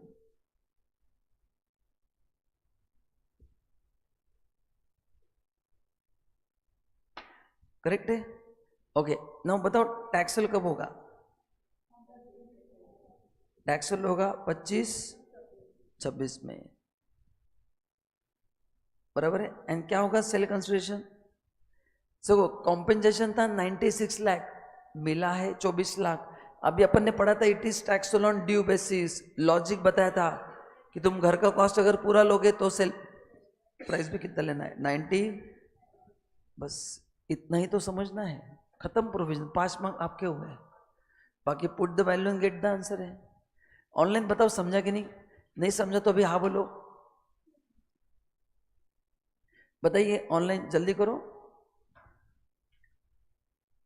क्या अमेरिका का युद्ध चल रहा है, एक आधा मिसाइल इधर गिरने से पहले घर पे जाना है ना, गलती से इधर उधर हो गया रडार, रात को दिखा नहीं, अपना गेम ओवर हो जाएगा, सबके इंश्योरेंस पॉलिसी मैच्योर्ड हो जाएंगे। 96 लेना है ना, अच्छा बाद में जब मिलेगा 72 लाख, बोलो उसमें वापस टैक्स देना है क्या, नहीं तो डबल टैक्स हो जाएगा। क्या होगा, डबल टैक्स हो जाएगा। क्लियर है, ठीक है। अच्छा, if you are not happy with this compensation, आप क्या कर सकते हैं, कोर्ट में अपील कर सकते हैं, उसको बोलते हैं एनहांस कॉम्पेंसेशन। ये कौन सा था, करेक्ट, ये कौन सा था, this is called as a initial, this is called as a initial compensation. तो गाइस आखिरी के 50 मिनट बचे हैं, लेक्चर एंड तक देखना, बहुत इंपॉर्टेंट चीजें आराम से कवर कर रहा हूँ। तो नेक्स्ट वीक और एक सेशन लूंगा, फिर कैपिटल खत्म होगा। 2-2 घंटे में बहुत फास्ट लेना पड़ेगा, फिर आपको फायदा नहीं होगा, फिर मैं एकदम मतलब रफ्तार सिंह बन जाऊंगा।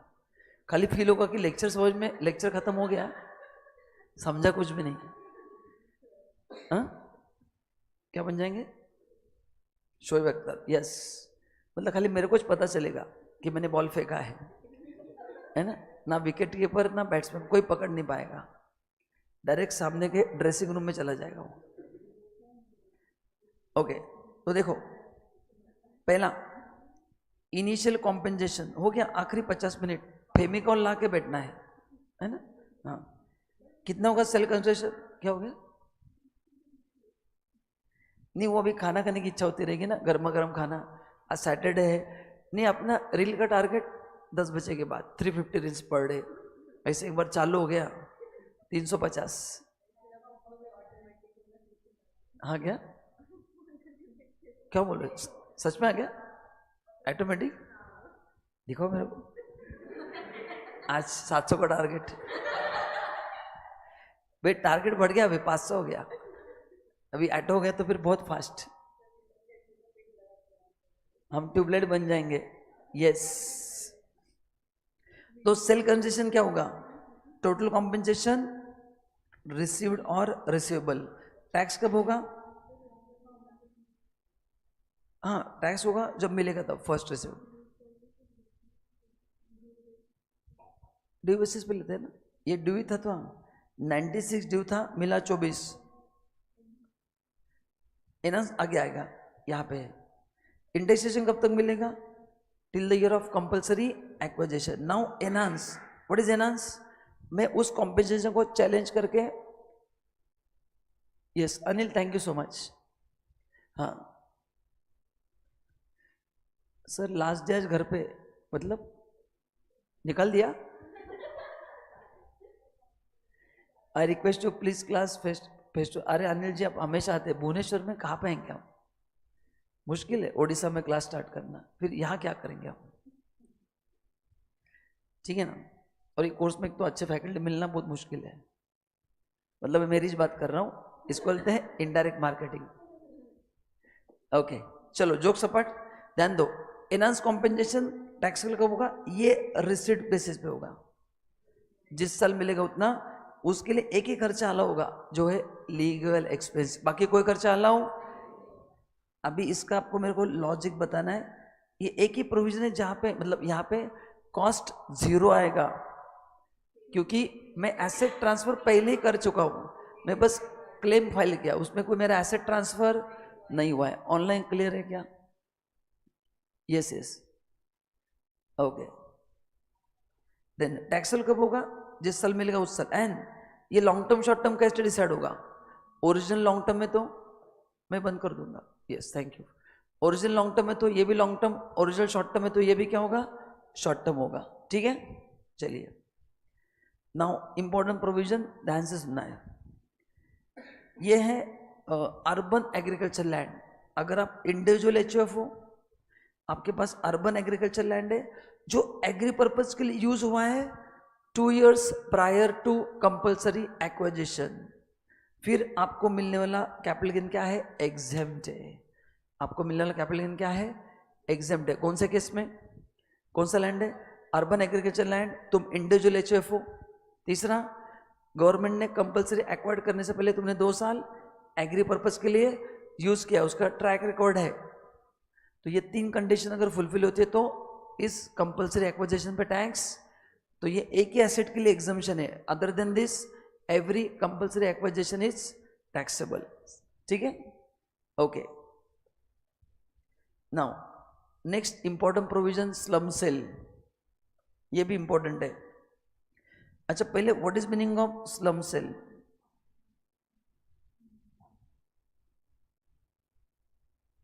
सेल ऑफ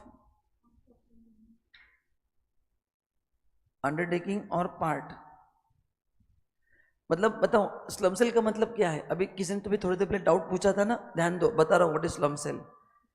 स्लम सेल का मतलब होता है कि जहां पे मैंने मेरा पूरा एक यूनिट ट्रांसफर कर दिया है फॉर लम सम कंसिडरेशन, जहां पे 1 to 1 एसेट का वैल्यूएशन नहीं हुआ है। जैसे इमेजिन कोई मेरा फैक्ट्री है, आप मेरी फैक्ट्री देखने आ गए, उसमें अलग अलग अलग एसेट्स है, आपने कुछ कैलकुलेशन किया, आपने कहा सर ये फैक्ट्री हम 10 करोड़ में खरीद रहे हैं। मैंने बोला इस बेंच का कितना? आपने कहा नहीं वो नहीं बता सकते, लमसम। तो लमसम का मतलब है किसी 1 यूनिट का वैल्यूएशन किसी एक एसेट का नहीं हुआ है, ओवरऑल पूरे का, तो उसको बोलते हैं स्लम सेल। अब इसमें चैलेंजेस क्या है? पहला, सेल कंसेशन तो एग्जाम में आपको दिया जाएगा, कॉस्ट जो है वो कंबाइन लेना पड़ेगा, क्योंकि सेल प्राइस कैसे मिल रहा है? कंबाइन। तो कॉस्ट कैसे निकालते हैं? यहाँ पे कॉस्ट ऑफ एक्विजिशन का फॉर्मूला है नेट वर्थ। नेट वर्थ कैसे आता है? Total asset minus total liabilities. तो ये जो सेल कंसिडरेशन है ये पूरे यूनिट का है, तो कॉस्ट भी कंबाइन लेना है, इसलिए यहाँ पे इंडेक्सेशन बेनिफिट आपको क्लेम नहीं करना है, क्योंकि कुछ एसेट लॉन्ग टर्म है, कुछ एसेट शॉर्ट टर्म है। कैसे करेंगे फिर? एंड फिर गेन कौन सा आएगा? ये भी चैलेंज है ना? ओके, तो ये पहला। अभी इसमें सबसे मेन चीज, टोटल एसेट्स में वैल्यूएशन कैसे होगा? अगर डेप्रिसिएबल एसेट है तो उसका WDV लेना है। फॉर डेप्रिस एसेट क्या लेना है? WDV आपको क्या करना है? क्लेम करना है। ये पहली चीज आपको पता होना जरूरी है, ठीक है। सेकंड, जिस एसेट का हमने 35 AD में बेनिफिट क्लेम किया है उसका नील लेना है। गुडविल जो सेल्फ जनरेटेड है, परचेस्ड है तो लेना है, सेल्फ है तो नहीं लेना है। And other assets like your debtors, other asset कैसे लेना है? बुक वैल्यू पे लेना है। तो एग्जाम में ये ज्यादा इंपॉर्टेंट है। तो जितने भी टोटल एसेट्स है उसका वैल्यूएशन कैसे होगा बताओ? जो डेप्रिसिएबल है तो उसका आपको एग्जाम में they might give you actual cost, आपने को कंफ्यूज नहीं होना है। तो फॉर डेप्रिसिएबल एसेट क्या लेना है? WDV। देन जो एसेट 35 AD में PGP में आप बेनिफिट क्लेम कर चुके हो उसका नील लेना है। गुडविल सेल्फ जनरेटेड है तो नहीं लेना है, एंड अदर एसेट्स है तो बुक वैल्यू पे लेना है। प्लस कौन सा इफेक्ट इग्नोर करना है? Ignore revaluation effect. मैंने इसका लॉजिक कहा था, जब आप एसेट को रीवैल्यू करते हो तो बोलो होगा क्या? एसेट का कॉस्ट बढ़ेगा तो नेटवर्थ बढ़ेगा एंड प्रॉफिट क्या होगा? हाँ, तो आप इंटेंशनली भी क्या कर सकते हैं? कॉस्ट बढ़ा सकते हैं, ठीक है। एंड यहाँ पे एक प्रॉब्लम है, स्टॉक को भी क्या मानना पड़ेगा? क्यों? क्योंकि यहाँ पे कंसिडरेशन लमसम मिला है ना। हाँ, तो ये मेरा प्रॉब्लम है, तो स्टॉक को भी यहाँ पे पकड़ना पड़ेगा, मैं उसको छोड़ नहीं सकता हूँ।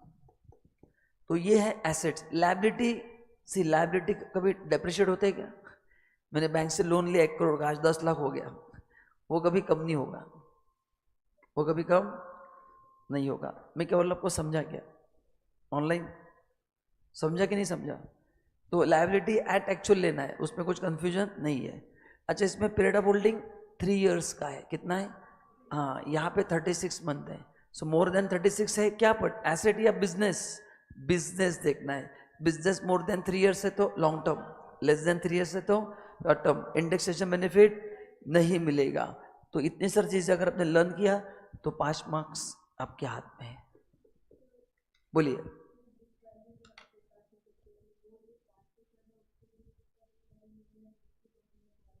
नहीं, मैं कैपिटल गेन मेरे लिए होगा ना, कैपिटल गेन पे टैक्स मैं दूंगा, तो मेरे लिए जो वैल्यू लेंगे वो कितने में रिकॉर्ड करे? वो तो खरीद रहा है, खरीदने में टैक्स या बेचने में? बेचने में ना, तो मैं बेच रहा हूँ तो मेरा वैल्यू लेंगे। ऑनलाइन सबको क्लियर है तो यस टाइप करके भेजो सुपर फास्ट स्पीड से। मैंने सीमेंट वाला एग्जाम्पल दिया था क्या? याद नहीं, हो सकता है दोस्त। चलिए, हाँ सीमेंट यूनिट का दिया था कि सीमेंट यूनिट बेच दिया, हाँ वैसा हो सकता है। क्लियर है सबको? जरा सब लोग जोश दिखाओ, जरा इमोजी भेजो। हाँ, yes, thank you so much. Online जरा हो गया, बस रील को ऑटो मोड पे लाने के लिए बस आधा घंटा है, फिर एक बार जो चालू हो गया ऐसा वैसे ही सो जाना है। हाथ को मोबाइल ऐसे बांधना है, चार्जर लगाना है ताकि मोबाइल गिर ना जाए। नींद आने के बाद ऐसा भी रेडीमेड स्टैंड आता है ऐसे रखने का, और स्क्रॉल भी होता जाएगा। या फिर ट्राइपॉड रखो उसको लगा के, ठीक है। या तो मोबाइल के बैटरी डिस्चार्ज हो जाएगा या तो अपनी, दोनों में से एक खत्म हो जाएगा तब बंद हो जाएगा। क्या करेंगे फिर? रील देखना जरूरी है। तो ये मैंने सब बता दिया आपको। Yes, thank you so much. Now ये आ गया सेक्शन 50C, अगेन इंपॉर्टेंट है। Section 50C is only for, अच्छा, it doesn't talk about capital gain, it talks about only how to decide sale consideration, and that too only for land or building। अच्छा, same provision अपन ने पढ़ा था PGPP में, section 43C है, वो किन के लिए था? जिनका कंस्ट्रक्शन का बिजनेस है। ये आपके लिए, मेरे लिए। गवर्नमेंट को पता है कि अपन जब घर बेचेंगे तो अपन भी गांधी जी कैश पे लेंगे, मतलब अमाउंट कैश पे लेंगे, Gandhi ji in the sense amount cash पे लेंगे। अच्छा, तुम्हारी रूममेट स्टैंड यूज करती है ना, उसको हाथ को फेविकॉल लगा देना, कल फेविस्टिक ऐसे लगा के चिपका देना, है ना, मेरे तरफ से।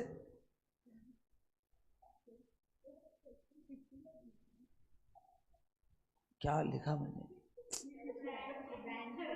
Yes yes, I agree.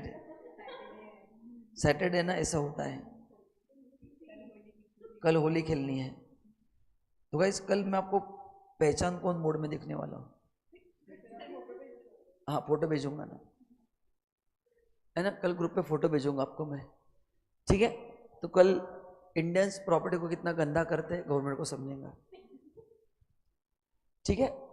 हाँ, नहीं किया मैंने चेंज। ओके, यहाँ पे देखो क्या है, यहाँ पे एग्जाम्पल लेते हैं। यहाँ पे आपने फ्लैट सेल किया है फॉर 80 lakhs एंड उसका स्टैम्प ड्यूटी वैल्यू है केस 1 में 89 लाख, केस 2 में 1 CR। तो आप बताइए सर, स्टिकर भेजिए ना। भेजता हूँ, भेजता हूँ, अभी नहीं, अभी लेक्चर लो, स्टिकर भेजो, तुम बताओ। ये मेरे को हिंदी इंग्लिश में गाली देंगे, जो लैंग्वेज उनको आती है, मराठी सब लैंग्वेज में। चलो नाउ आप बताओ दोनों केस में कितना होगा सेल कंसंट्रेशन। चलो मैंने तीन बहुत आज सुबह भी पढ़ा है ये, आदर्श 3-4 बार पढ़ा चुका, एक ही प्रोविजन थक गया मैं पढ़ा पढ़ा के। चलो तो बताओ पहले केस में क्या होगा सेल कंसंट्रेशन, क्या करना है बताओ सब लोग। इस 80 लाख में क्या करना है 10% ऐड करना है, तो 88 लाख हो गया। ठीक है, अगर स्टैम्प ड्यूटी वैल्यू इससे ज्यादा है तो यहाँ पे भी 89 ही आएगा एंड यहाँ पे भी 1 CR आएगा। एंड केस 3 में अगर 86 लाख है तो फिर 80 लाख आएगा। तो ये बहुत ही इंपॉर्टेंट प्रोविजन है। So section 50C affects only sale consideration, यहाँ पे कोई इंडेक्सेशन की बात नहीं हो रही है, and that too only for land and building. बोलो सबको समझा क्या? यस ये तीनों क्लियर है क्या? यस सारा ने आंसर करेक्ट दिया है, देवांगी ने करेक्ट दिया है, कौविल्य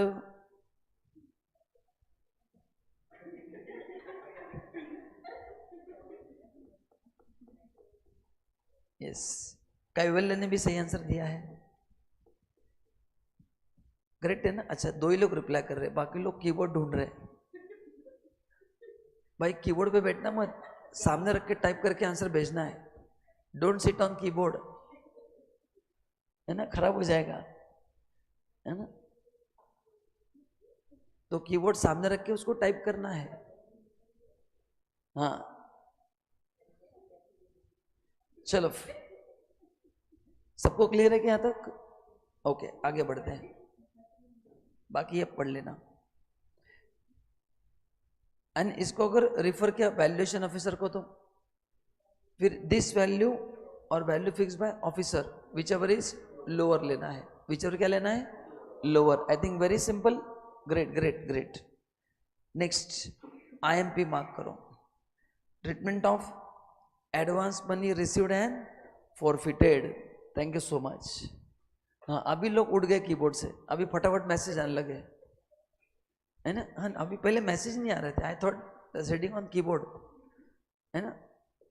कीबोर्ड है तो ठीक है लैपटॉप का, अभी मोबाइल पे कैसे बैठते आप, प्लस आपको मैं भी दिख रहा हूँ कितना डिफिकल्ट है। Bad joke.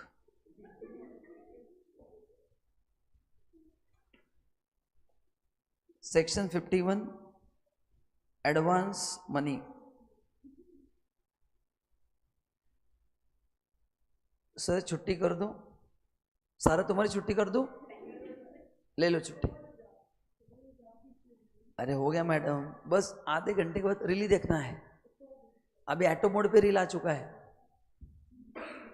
Okay now advance money received and forfeited, अपन ने प्रॉपर्टी का एग्जांपल लिया था सलमान खान एंड ऐश्वर्या राय का, कि पहले उसने टोकन मनी दिया था एंड बाद में वो डील उसने कैंसिल कर दिया। तो ये जो टोकन मनी मिला है, क्या मिला है, token money, this is received and forfeited का मतलब क्या, वापिस नहीं दिया। अगर बिफोर 31 मार्च 14 है या फिर ऑन और आफ्टर 1/4/14 है, तो बिफोर है तो क्या करना है बताओ, less from cost of acquisition, and after है तो इनकम फ्रॉम अपसोर्स अदर सोर्स। बस इतना ही आपको अच्छे से क्या करना है, लर्न करना है, क्या करना है, लर्न करना है। क्लियर है क्या? चलिए आगे बढ़ते हैं।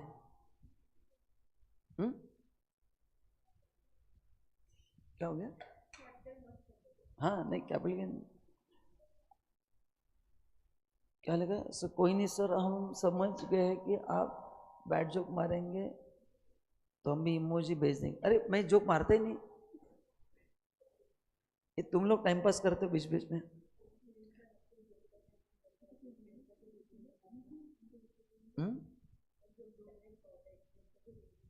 हाँ अच्छा ऐसा है क्या, ठीक है। नेक्स्ट करेक्ट है ना, ओके नाउ ध्यान दो, सेल्फ जनरेटेड एसेट्स, गुडविल वगैरह जो है। अच्छा, what is meaning of self generated? इसमें दो होते हैं, एक मैंने अगर परचेस किया तो कॉस्ट लेना है। What is self generated? मैं बिजनेस खुद 10 साल से कर रहा हूँ, आपके पेरेंट्स, काफी लोगों के पेरेंट बिजनेसमैन है, तो उन्होंने 20-25 साल में मेहनत करके बहुत सारे कस्टमर जोड़े हैं, तो that is called as goodwill. तो अगर वो खुद बुक्स में रेज करेंगे तो उसका कॉस्ट 0 मानेंगे, लेकिन अगर आपने गुडविल परचेस किया तो उसका कॉस्ट लेना है। ओके, तो यहाँ पे अगर सेल्फ जनरेटेड है तो कॉस्ट क्या होगा? नील होगा। बस इतना इंपॉर्टेंट है, एंड परचेस है तो फिर लेना है। Next, bonus shares. नेक्स्ट लिखो बोनस शेयर्स, है ना बोनस शेयर्स। अब अच्छा, अपन ने क्लास में, अच्छा मैंने आपको शेयर्स के बारे में क्या कहा था कि जब भी एक ही कंपनी के एग्जाम में अगर अलग अलग शेयर्स दिए हैं तो सबका वर्किंग क्या करना है? अलग करना है। कंपनी एक होने के बाद भी, क्यों? हर एक का पीरियड ऑफ होल्डिंग अलग, कॉस्ट ऑफ एक्विजिशन अलग, एक को इंडेक्सेशन मिलेगा, एक को, मैंने क्लास में क्वेश्चन करके लिया है, original shares, bonus shares, gift, याद है ना? तो पैटर्न उसको फॉलो करना है, बहुत इंपॉर्टेंट है। अच्छा, नॉर्मली बताओ, अकाउंटिंग हिसाब से बोनस शेयर का कॉस्ट अपने लिए क्या रहता है? नील। बट अगर 1/4 के पहले एक्वायर्ड मिला है अपने को बोनस, तो अपना फॉर्मूला क्या है कैपिटल गेन का? 1/4 के पहले तो कॉस्ट ऑफ एक्विजिशन और एफएमवी, विच एवर इज, अभी कॉस्ट तो रहेगा नहीं तो अपन लेंगे क्या? एफएमवी। एंड अगर 1/4 के बाद लिया तो नील मानना है। क्या मानना है? नील मानना है। बस इतना ही पढ़ो, बाकी ये मत पढ़ना। ये मैंने क्लास में भी कट करके दिया था, ये आपको नहीं आएगा, डोंट वरी। अच्छा, एंड इसमें पीरियड ऑफ होल्डिंग कहाँ से लेना है? जब मैंने ओरिजिनल शेयर्स लिए थे या जिस दिन मेरे को बोनस मिले? जिस दिन मेरे को बोनस मिले वहां से जिस दिन मैंने ट्रांसफर किया, जिस दिन मैंने क्या किया? ट्रांसफर किया, वहां तक लेना है। वहां तक क्या करना है? लेना है। क्लियर है क्या सबको? इसमें फीफो मेथड, यस करेक्ट है, इसमें फीफो मेथड आपको क्या करना है? यूज करना है। You are right, you are right, yes Kaivalya, you are right, FIFO method से करना है। Now next is right shares. अच्छा, राइट शेयर्स में, अच्छा पहले राइट शेयर्स का मतलब क्या है? एक मिनट, बहुत बड़ा क्वेश्चन आ गया है, देवांगी ने भेजा है। सर, एडवांस मनी में अगर डिफॉल्ट किया तो टोकन मनी जाएगा, but after default my sister by the same house at a lesser price, तो कर सकते हैं क्या ऐसा? मैं समझा नहीं देवांगी। देखो, दो अलग अलग ट्रांजैक्शन है। सुनो क्या हो रहा है, मैंने तुम्हारा घर लिया, लेने वाला था, 2 लाख टोकन मनी दिया, मैं पीछे हट गया, मैंने कहा देवांगी मेरे पास पैसा नहीं है, तो तुमने मेरा 2 लाख रुपया फॉरफिट कर दिया, ठीक है? अभी वही घर तुमने किसी और को बेचा है, मेरे को नहीं बेचा ना, मेरे को बेचता तो फिर मैं पहले खरीद लेता। तो तुम जब और किसी को बेचोगी तब तुम्हारा कॉस्ट कितना होगा? 2 ऑप्शंस, 31 मार्च 14 या उसके पहले है तो लेस करो, एंड उसके बाद है तो इनकम फ्रॉम अदर सोर्स। ये ऐसा क्वेश्चन है, तुमने क्या भेजा मैं समझा नहीं, थोड़ा कंफ्यूज हो गया, तो can you reframe the question? तुम्हारी सिस्टर ने खरीदा मतलब मैं समझा नहीं, पहले बेचा किसको था? क्या उसी सिस्टर ने खरीदा? फिर वो देखना पड़ेगा, मांडवली करके देखना पड़ेगा, तो जरा क्वेश्चन वापस भेजो, समझा नहीं। अच्छा, राइट शेयर्स में 3 चीजें होती है। पहले राइट शेयर्स खरीदना क्यों है? क्योंकि आपको डिस्काउंटेड प्राइस में मिलती है। किस में मिलती है? डिस्काउंटेड प्राइस में अपने को मिलती है। तो अगर आपने उसके शेयर्स खरीद लिए तो उसका कॉस्ट क्या होगा? जो कंपनी को क्वेश्चन में दिया जाएगा वो होगा। अच्छा, ये कंपलसरी है लेना, या अपन ये राइट किसी को ट्रांसफर भी कर सकते हैं? ये राइट हम किसी को ट्रांसफर भी कर सकते हैं, उसको बोलते हैं राइट एंटाइटलमेंट। उसका कॉस्ट क्या मानेंगे? 0 मानेंगे, एंड वो गेन हमेशा क्या होगा आपका? शॉर्ट टर्म कैपिटल गेन होगा। तो आपको राइट शेयर्स का ऑफर मिला है, आपको, आपने उसमें से कुछ शेयर्स लिए, कुछ शेयर्स लेने का राइट किसी और को ट्रांसफर कर दिया, तो उसके बदले आपको जो भी पैसे मिलेंगे उसका कॉस्ट हमेशा क्या लेना है? 0। एंड बताओ कॉस्ट लाओगे कहाँ से तुम? Because being existing share holder तुमको फ्री में ऑफर दिया गया था, तो कॉस्ट निकालना भी उसके लिए पॉसिबल है ही नहीं, तो कहाँ से कॉस्ट निकालोगे?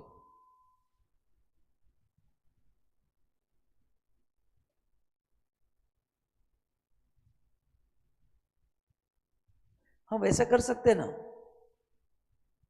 मतलब पहले मैंने लिया था बट डिफॉल्ट के बाद प्राइस कम करके लिया for my sister, see price अगर कम किया ना तो जो बेच रहा है ना वो तो कम करना ही है ना 31 मार्च के पहले, तो उसमें क्या मतलब, वो बराबर है, फिर कोई प्रॉब्लम नहीं ना, इट्स ओके, चल सकता है। हाँ कोई प्रॉब्लम नहीं, वैसे चल सकता है ना। बोलो रिनाउंसमेंट में क्या होगा, तो अगर मैंने राइट किसी को ट्रांसफर किया तो क्या होगा, उसके लिए जो भी पैसा मिलेगा वो क्या होगा, वो शॉर्ट टर्म गेन होगा। एंड जिसको मैंने राइट ट्रांसफर किया है उसको दो लोगों को पैसे देना है, किन दो लोगों को, उसके लिए कॉस्ट क्या होगा, उसके लिए कॉस्ट क्या, उसने जो मेरे को कॉस्ट दिया वो प्लस उसने जो कंपनी को पैसा दिया वो, उसके लिए क्या होगा, कॉस्ट ऑफ एक्विजिशन होगा। ठीक है, नाउ तो यहाँ पे अपने मेन केसेस क्या हो गए, कंप्लीट हो गए, जिसमें आपको टैक्स देने की मतलब जिसमें अपन ने प्रोविजन देख लिया। अभी उसके बाद ये आपको पढ़ना है बस, transaction not treated as transfer, इसको एक बार पढ़ना है, इस पर अपन कुछ बात नहीं करेंगे, अपन जाएंगे सेक्शन 54 में, क्योंकि ट्रांजैक्शन नॉट ट्रीटेड ट्रांसफर में टैक्स देने की जरूरत नहीं पड़ती है। तो बस घर पे मेरे मेन नोट्स में से पढ़ लेना, इसमें से मत पढ़ना, मैंने आपको जो नोट्स दिए ना उसमें से एक बार पढ़ के छोड़ देना, वो प्योरली थेरोटिकल है, वो मैनेजेबल है। मैं जो मेन कंटेंट है यहाँ पे कवर करूंगा। गुरकृत कौन सा प्रोविजन वापस बताओ, नाम बताओ ना, बताता हूं। नाउ ध्यान से सुनना, अभी अपन ने पहले सेल कंसिडरेशन में से क्या माइनस किया, एक्सपेंस। अच्छा राइट रिनाउंस, समझा, बताता हूं। सी गुरुकृत में तुमको एग्जाम देता हूं, मैंने मेरा राइट तुमको ट्रांसफर किया है, मैंने तुमसे उसके लिए 10 रुपए लिया है, मैंने कहा कि give me 10 rupees per share, तब मैं राइट तुमको ट्रांसफर करूंगा, तो मैंने वो कर दिया। उसके बाद तुमने कंपनी को 60 रुपीज पे किया है टू एक्वायर द शेयर्स, तो तुम जब बाद में बेचोगी तो तुम्हारे लिए कॉस्ट क्या होगा, तुमने मेरे को 10 रुपए पे किया है वो तो होगा, प्लस 60 रुपीज किसको पे किया है, कंपनी को, तो तुम्हारे लिए कॉस्ट कितना होगा, दोनों को दिया, मेरे को जो दिया 10 रुपया प्लस तुमने कंपनी को दिया, तो वो दोनों दिया है। Amount paid for right means जो तुमने मेरे को 10 रुपए दिया एंड जो कंपनी को दिया, वो दोनों करना है, वो क्या करना है, दोनों करना है। ठीक है, ओके। नाउ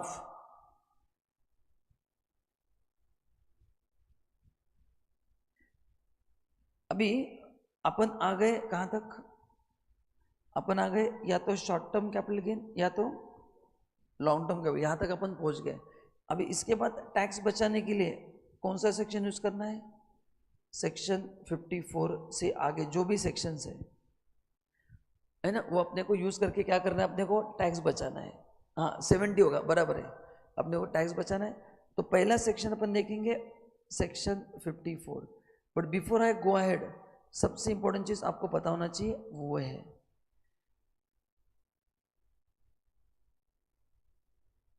ये सब लोग ध्यान से सुनना है, this is the amount of gain, short term हो या long term, so this amount I need to invest, मेरे को इन्वेस्ट कौन सा करना है, बताओ टैक्स किस पे आता है, सेल प्राइस पे आता है या इनकम पे आता है, इनकम, तो ये अमाउंट मेरे को इन्वेस्ट करना है। लेकिन एक ही सेक्शन है कौन सा, 54F, जहाँ पे इन्वेस्ट क्या करना है, नेट सेल कंसेशन। ओके, अब इसमें से 54G भी खत्म हो चुका है, वो मैं पढ़ाऊंगा नहीं अपन ने। हाँ तो बताऊं सभी सेक्शन में इन्वेस्ट क्या करना है, इधर शॉर्ट टर्म और लॉन्ग टर्म कैपिटल गेन, लेकिन जो 54F अपन ने पढ़ेंगे बाद में, 54 पे इन्वेस्ट क्या करना है, नेट सेल कंसेशन करना है। ठीक है, ओके। अभी इसको लर्न करने का आसान तरीका क्या है कि कैसे हम फास्ट कर सकते हैं, आपको ध्यान में रखना है कुछ सेक्शन एक जैसे काम करते हैं, 54, 54D, 54G, 54GA, और एक कौन सा रहेगा, 54B रहेगा ना अपने, B, 54D, 54GA,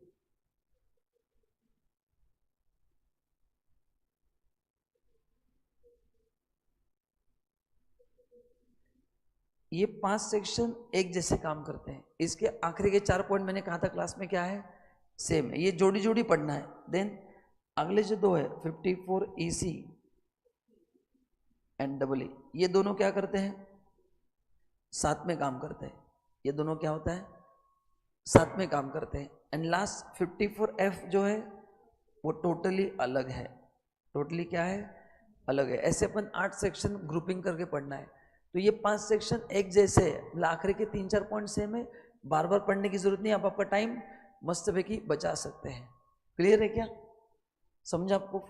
तो यहाँ पे इन्वेस्ट क्या करना है, नेट सेल, एंड यहाँ पे या तो शॉर्ट टर्म या फिर बस, ये आपको फर्क ध्यान में रखना है कि पहले जो 6 सेक्शंस है जो मैंने लिखे हैं, 6 नहीं 7, तो उसमें आपको गेन इन्वेस्ट करना है। एंड जो आखिरी वाला सेक्शन है उसमें इन्वेस्ट क्या करना है अपने को, नेट सेल कंसिडरेशन इन्वेस्ट करना है। इन्वेस्ट क्या करना है, net sale consideration. And double EC and double E almost क्या है, सेम है। वो मैं बताता हूँ, यहाँ तक क्लियर क्या, पहले बताइए।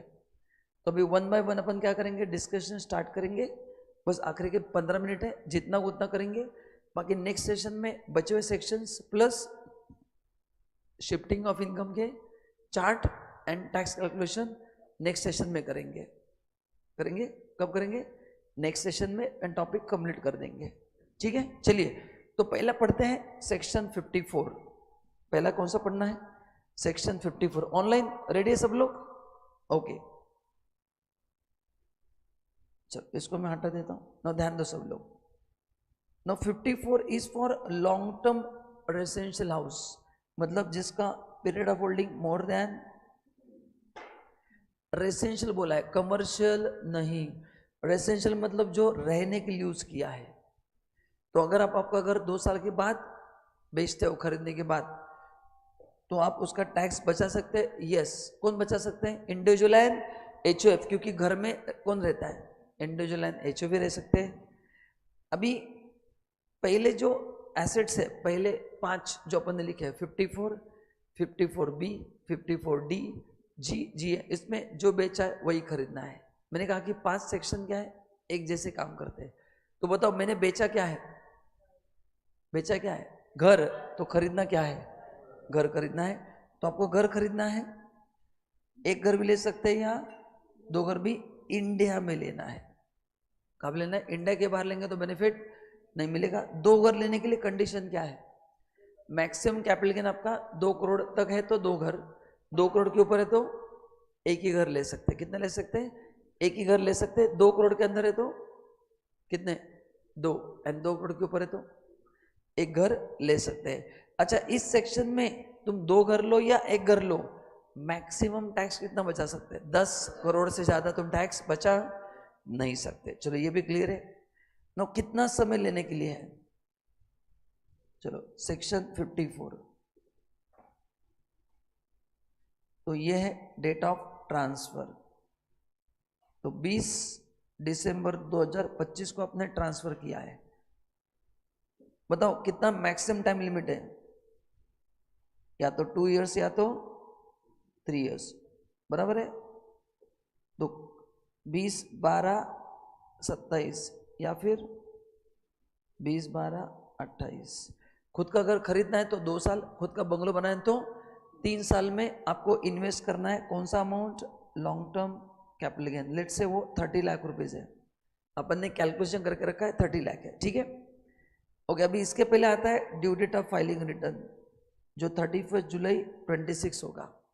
तो अगर आप 31 जुलाई के पहले घर नहीं ले पाए तो टाइमिंग पैसा कहाँ पे डालना है, कैपिटल गेन डिपॉजिट स्कीम। तो कैपिटल गेन डिपॉजिट का पर्पस क्या है कि अगर अपने घर ले तो ठीक, घर नहीं ले पाए तो डिडक्शन कैसे मिलेगा। तो टाइमिंग आप क्या कर सकते हैं, पैसा डिपॉजिट में डाल सकते हैं। तो इसके पहले पैसा क्या करना है,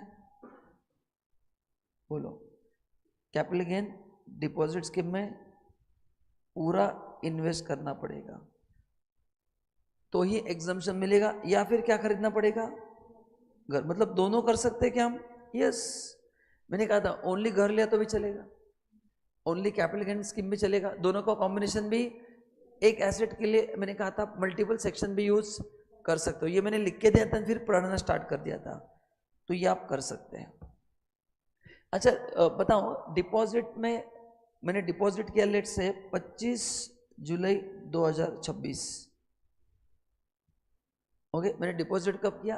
25 जुलाई 2026। तो बताओ, डिपॉजिट करने के बाद मेरे को, अगर मेरे को घर खरीदना है तो 2 साल कहाँ तक काउंट करेंगे आप? मतलब डेट ऑफ डिपॉजिट से करेंगे या डेट ऑफ ट्रांसफर से करेंगे? डेट ऑफ ट्रांसफर से करेंगे। तो ये डेट चेंज नहीं होगा, तुम डिपॉजिट करो या मत करो, तुमको 20 दिसंबर 27 के पहले या तो खुद का घर खरीदना है, या 20 दिसंबर 28 के पहले क्या करना है? खुद का बंगलो बना के रेडी करना है। तो 2 साल के अंदर घर लेना, नहीं लिया तो क्या होगा? तो वो उस साल का क्या माना जाएगा? कैपिटल गेन माना जाएगा। ठीक है, समझा क्या आपको? तो मैं एज्यूम करता हूं कि उसने घर ले लिया है 40 लाख का 25 जुलाई को, तो बोलो कितना एग्जाम्प्ट होगा? एंड टैक्सेबल गेन नील होगा। नहीं, ये परचेस किया ना, सेल थोड़ी किया है। हाँ बराबर है, मैंने 40 का घर लिया, लॉ क्या बोलता है? कितना इन्वेस्ट करना चाहिए? Amount of capital gain 30 lakh और 40 lakh, which ever is less. तो 30 लाख का तो मिलेगा ही, तो मेरा इनकम भी 30 लाख है, तो डिडक्शन कितना मिलेगा? 30 लाख का डिडक्शन आराम से मिल जाएगा। ठीक है, अभी ये जो मैंने घर परचेस किया है, कब परचेस किया है? 25 जुलाई 2026 को परचेस किया है। ये घर के ऊपर भी रिस्ट्रिक्शन है, क्या है? इसको अगले 3 साल तक मैं सेल नहीं कर सकता हूं।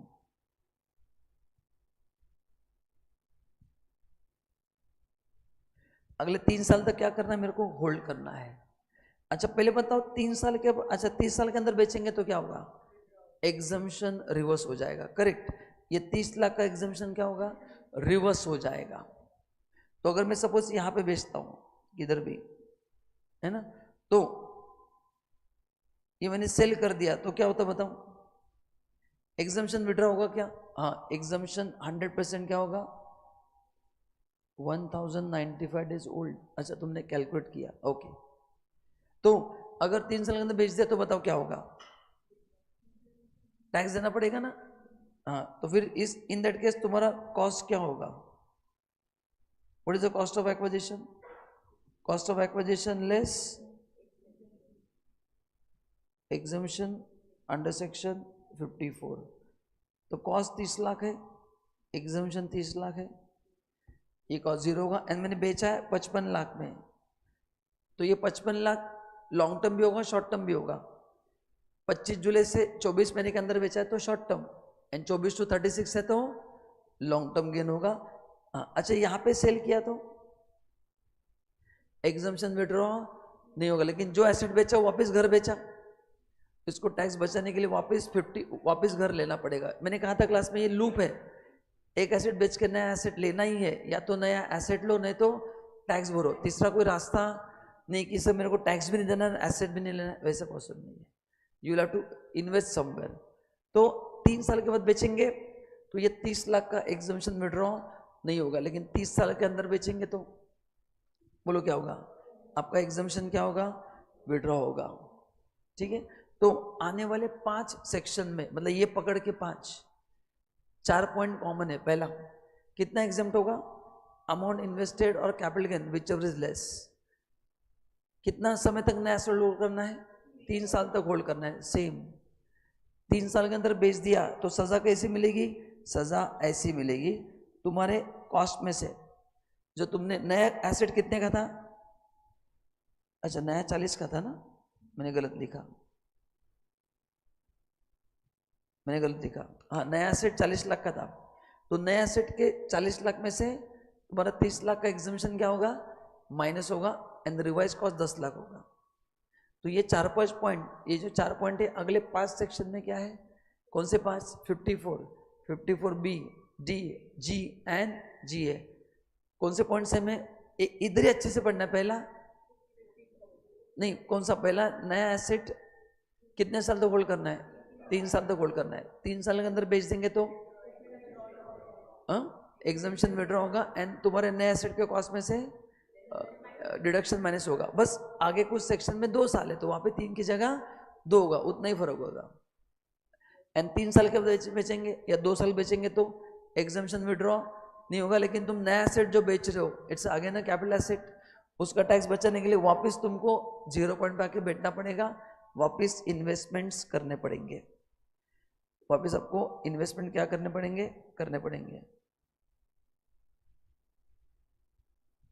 क्लियर है क्या ऑनलाइन? चलिए देखो कितना इन्वेस्ट करेंगे, कितना एग्जाम्पशन, कैपिटल गेन और amount invest which ever is less, capital gain scheme applicable है, यस। एग्जाम्पशन रिवोक कब होगा? New asset sold with in 3 years, then the benefit availed earlier will be revoked and shall be reduced from the cost of new asset। तो नए asset के cost में से क्या होगा? वो माइनस होगा। नए एसेट के कॉस्ट में से क्या होगा? वो माइनस होगा। तो ये एक सेक्शन अगर आपको अच्छे समझ में आ गया तो आगे पढ़ना बहुत आसान हो जाता है, आगे पढ़ना बहुत आसान हो जाता है। ऑनलाइन क्लियर है क्या बताइए?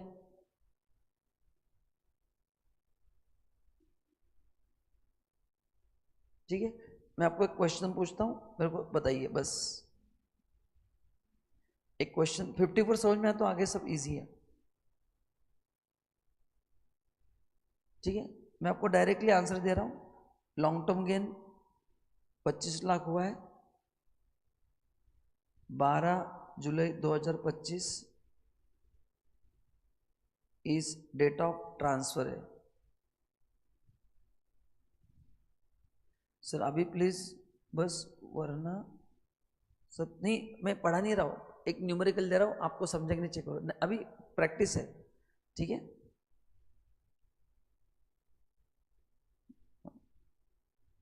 इन्वेस्टमेंट 1 जुलाई 26 को 15 lakh new house property, and 12 जुलाई 26 को 6 lakh capital gain deposit scheme, and 30 अगस्त 26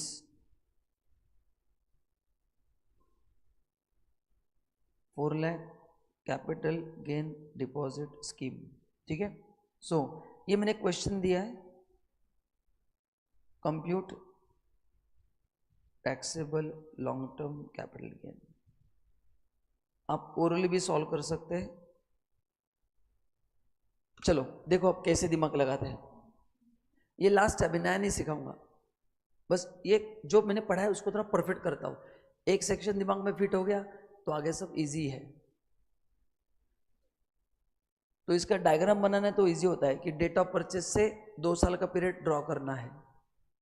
चलो सब लोग मेरे को आंसर बताओ, मेरे को एक ही आंसर चाहिए, कितना टैक्सेबल होगा?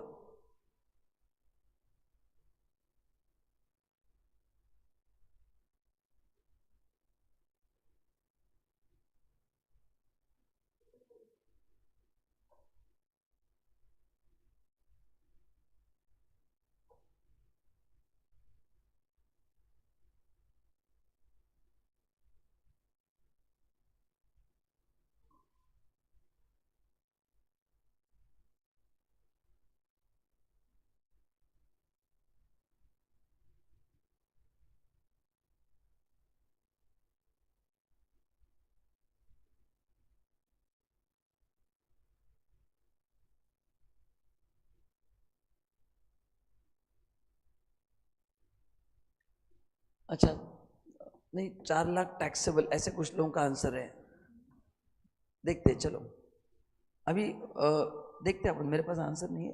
डेट ऑफ ट्रांसफर लिखूंगा मैं 12 जुलाई 2025, यहां से परचेस करने के लिए 2 साल, तो 12 जुलाई 2027। Due date of filing return of income 31 जुलाई 26। देखते उसने क्या क्या किया, डेट वाइज मार्किंग। पहले 1 जुलाई को 15 लाख का घर लिया, उसके बाद 12 जुलाई को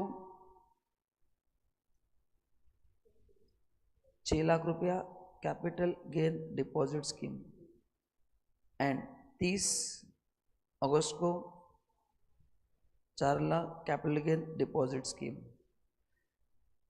तो ये चलेगा, ये चलेगा, ये नहीं चलेगा, तो टोटल इतना ही आपको एग्जाम्शन मिलेगा। तो आपका लॉन्ग टर्म कैपिटल गेन कितना है? 25 लाख। उसमें से 21 लाख का एग्जाम्शन मिलेगा, तो टैक्सेबल होगा 4 लाख। कितना होगा टैक्सेबल? 4 लाख। आई थिंक सब लोगों ने काफ़ी अच्छा आंसर भेजा। आई थिंक कैपिटल गेन आपको समझ में आ गया भाई कैसे हैंडल करना है। और मैंने 50 क्लास में 1-1.5 घंटा पढ़ाया था, बहुत डीप में पढ़ाया था, क्योंकि वो समझा तो आगे की चीज़ें बहुत सेम ही, ज़्यादा कुछ कॉस्मेटिक चेंजेस है। ऑनलाइन क्लियर है क्या? ड्यू डेट 30 अगस्त। हाँ, वो ड्यू डेट के बाद है ना, इसलिए वो नहीं मिलेगा। क्लियर है क्या? ठीक है, तो गाइस आज इतना ही करते हैं। Thank you so much. I hope you have enjoyed the session. And अभी आपको कैपिटल गेन का डर खत्म हो गया 100%। जो मैंने पढ़ा एकदम क्लियर है। ऑनलाइन तो नेक्स्ट वीक बचा हुआ कैपिटल गेन कंप्लीट करेंगे, एंड उसके बाद फिर अपन डिसाइड करते हैं, क्योंकि डिफिकल्ट पार्ट खत्म हो चुका है। तो लेट्स सी अभी नेक्स्ट सेशन में क्या लेना है। चलो guys, thank you so much. Lecture आपको कैसा लगा मेरे को जरूर बताना, and bye bye. Bye bye, thank you so much. Online अभी रील देखना है, वो ऐटो फीचर ऐड करके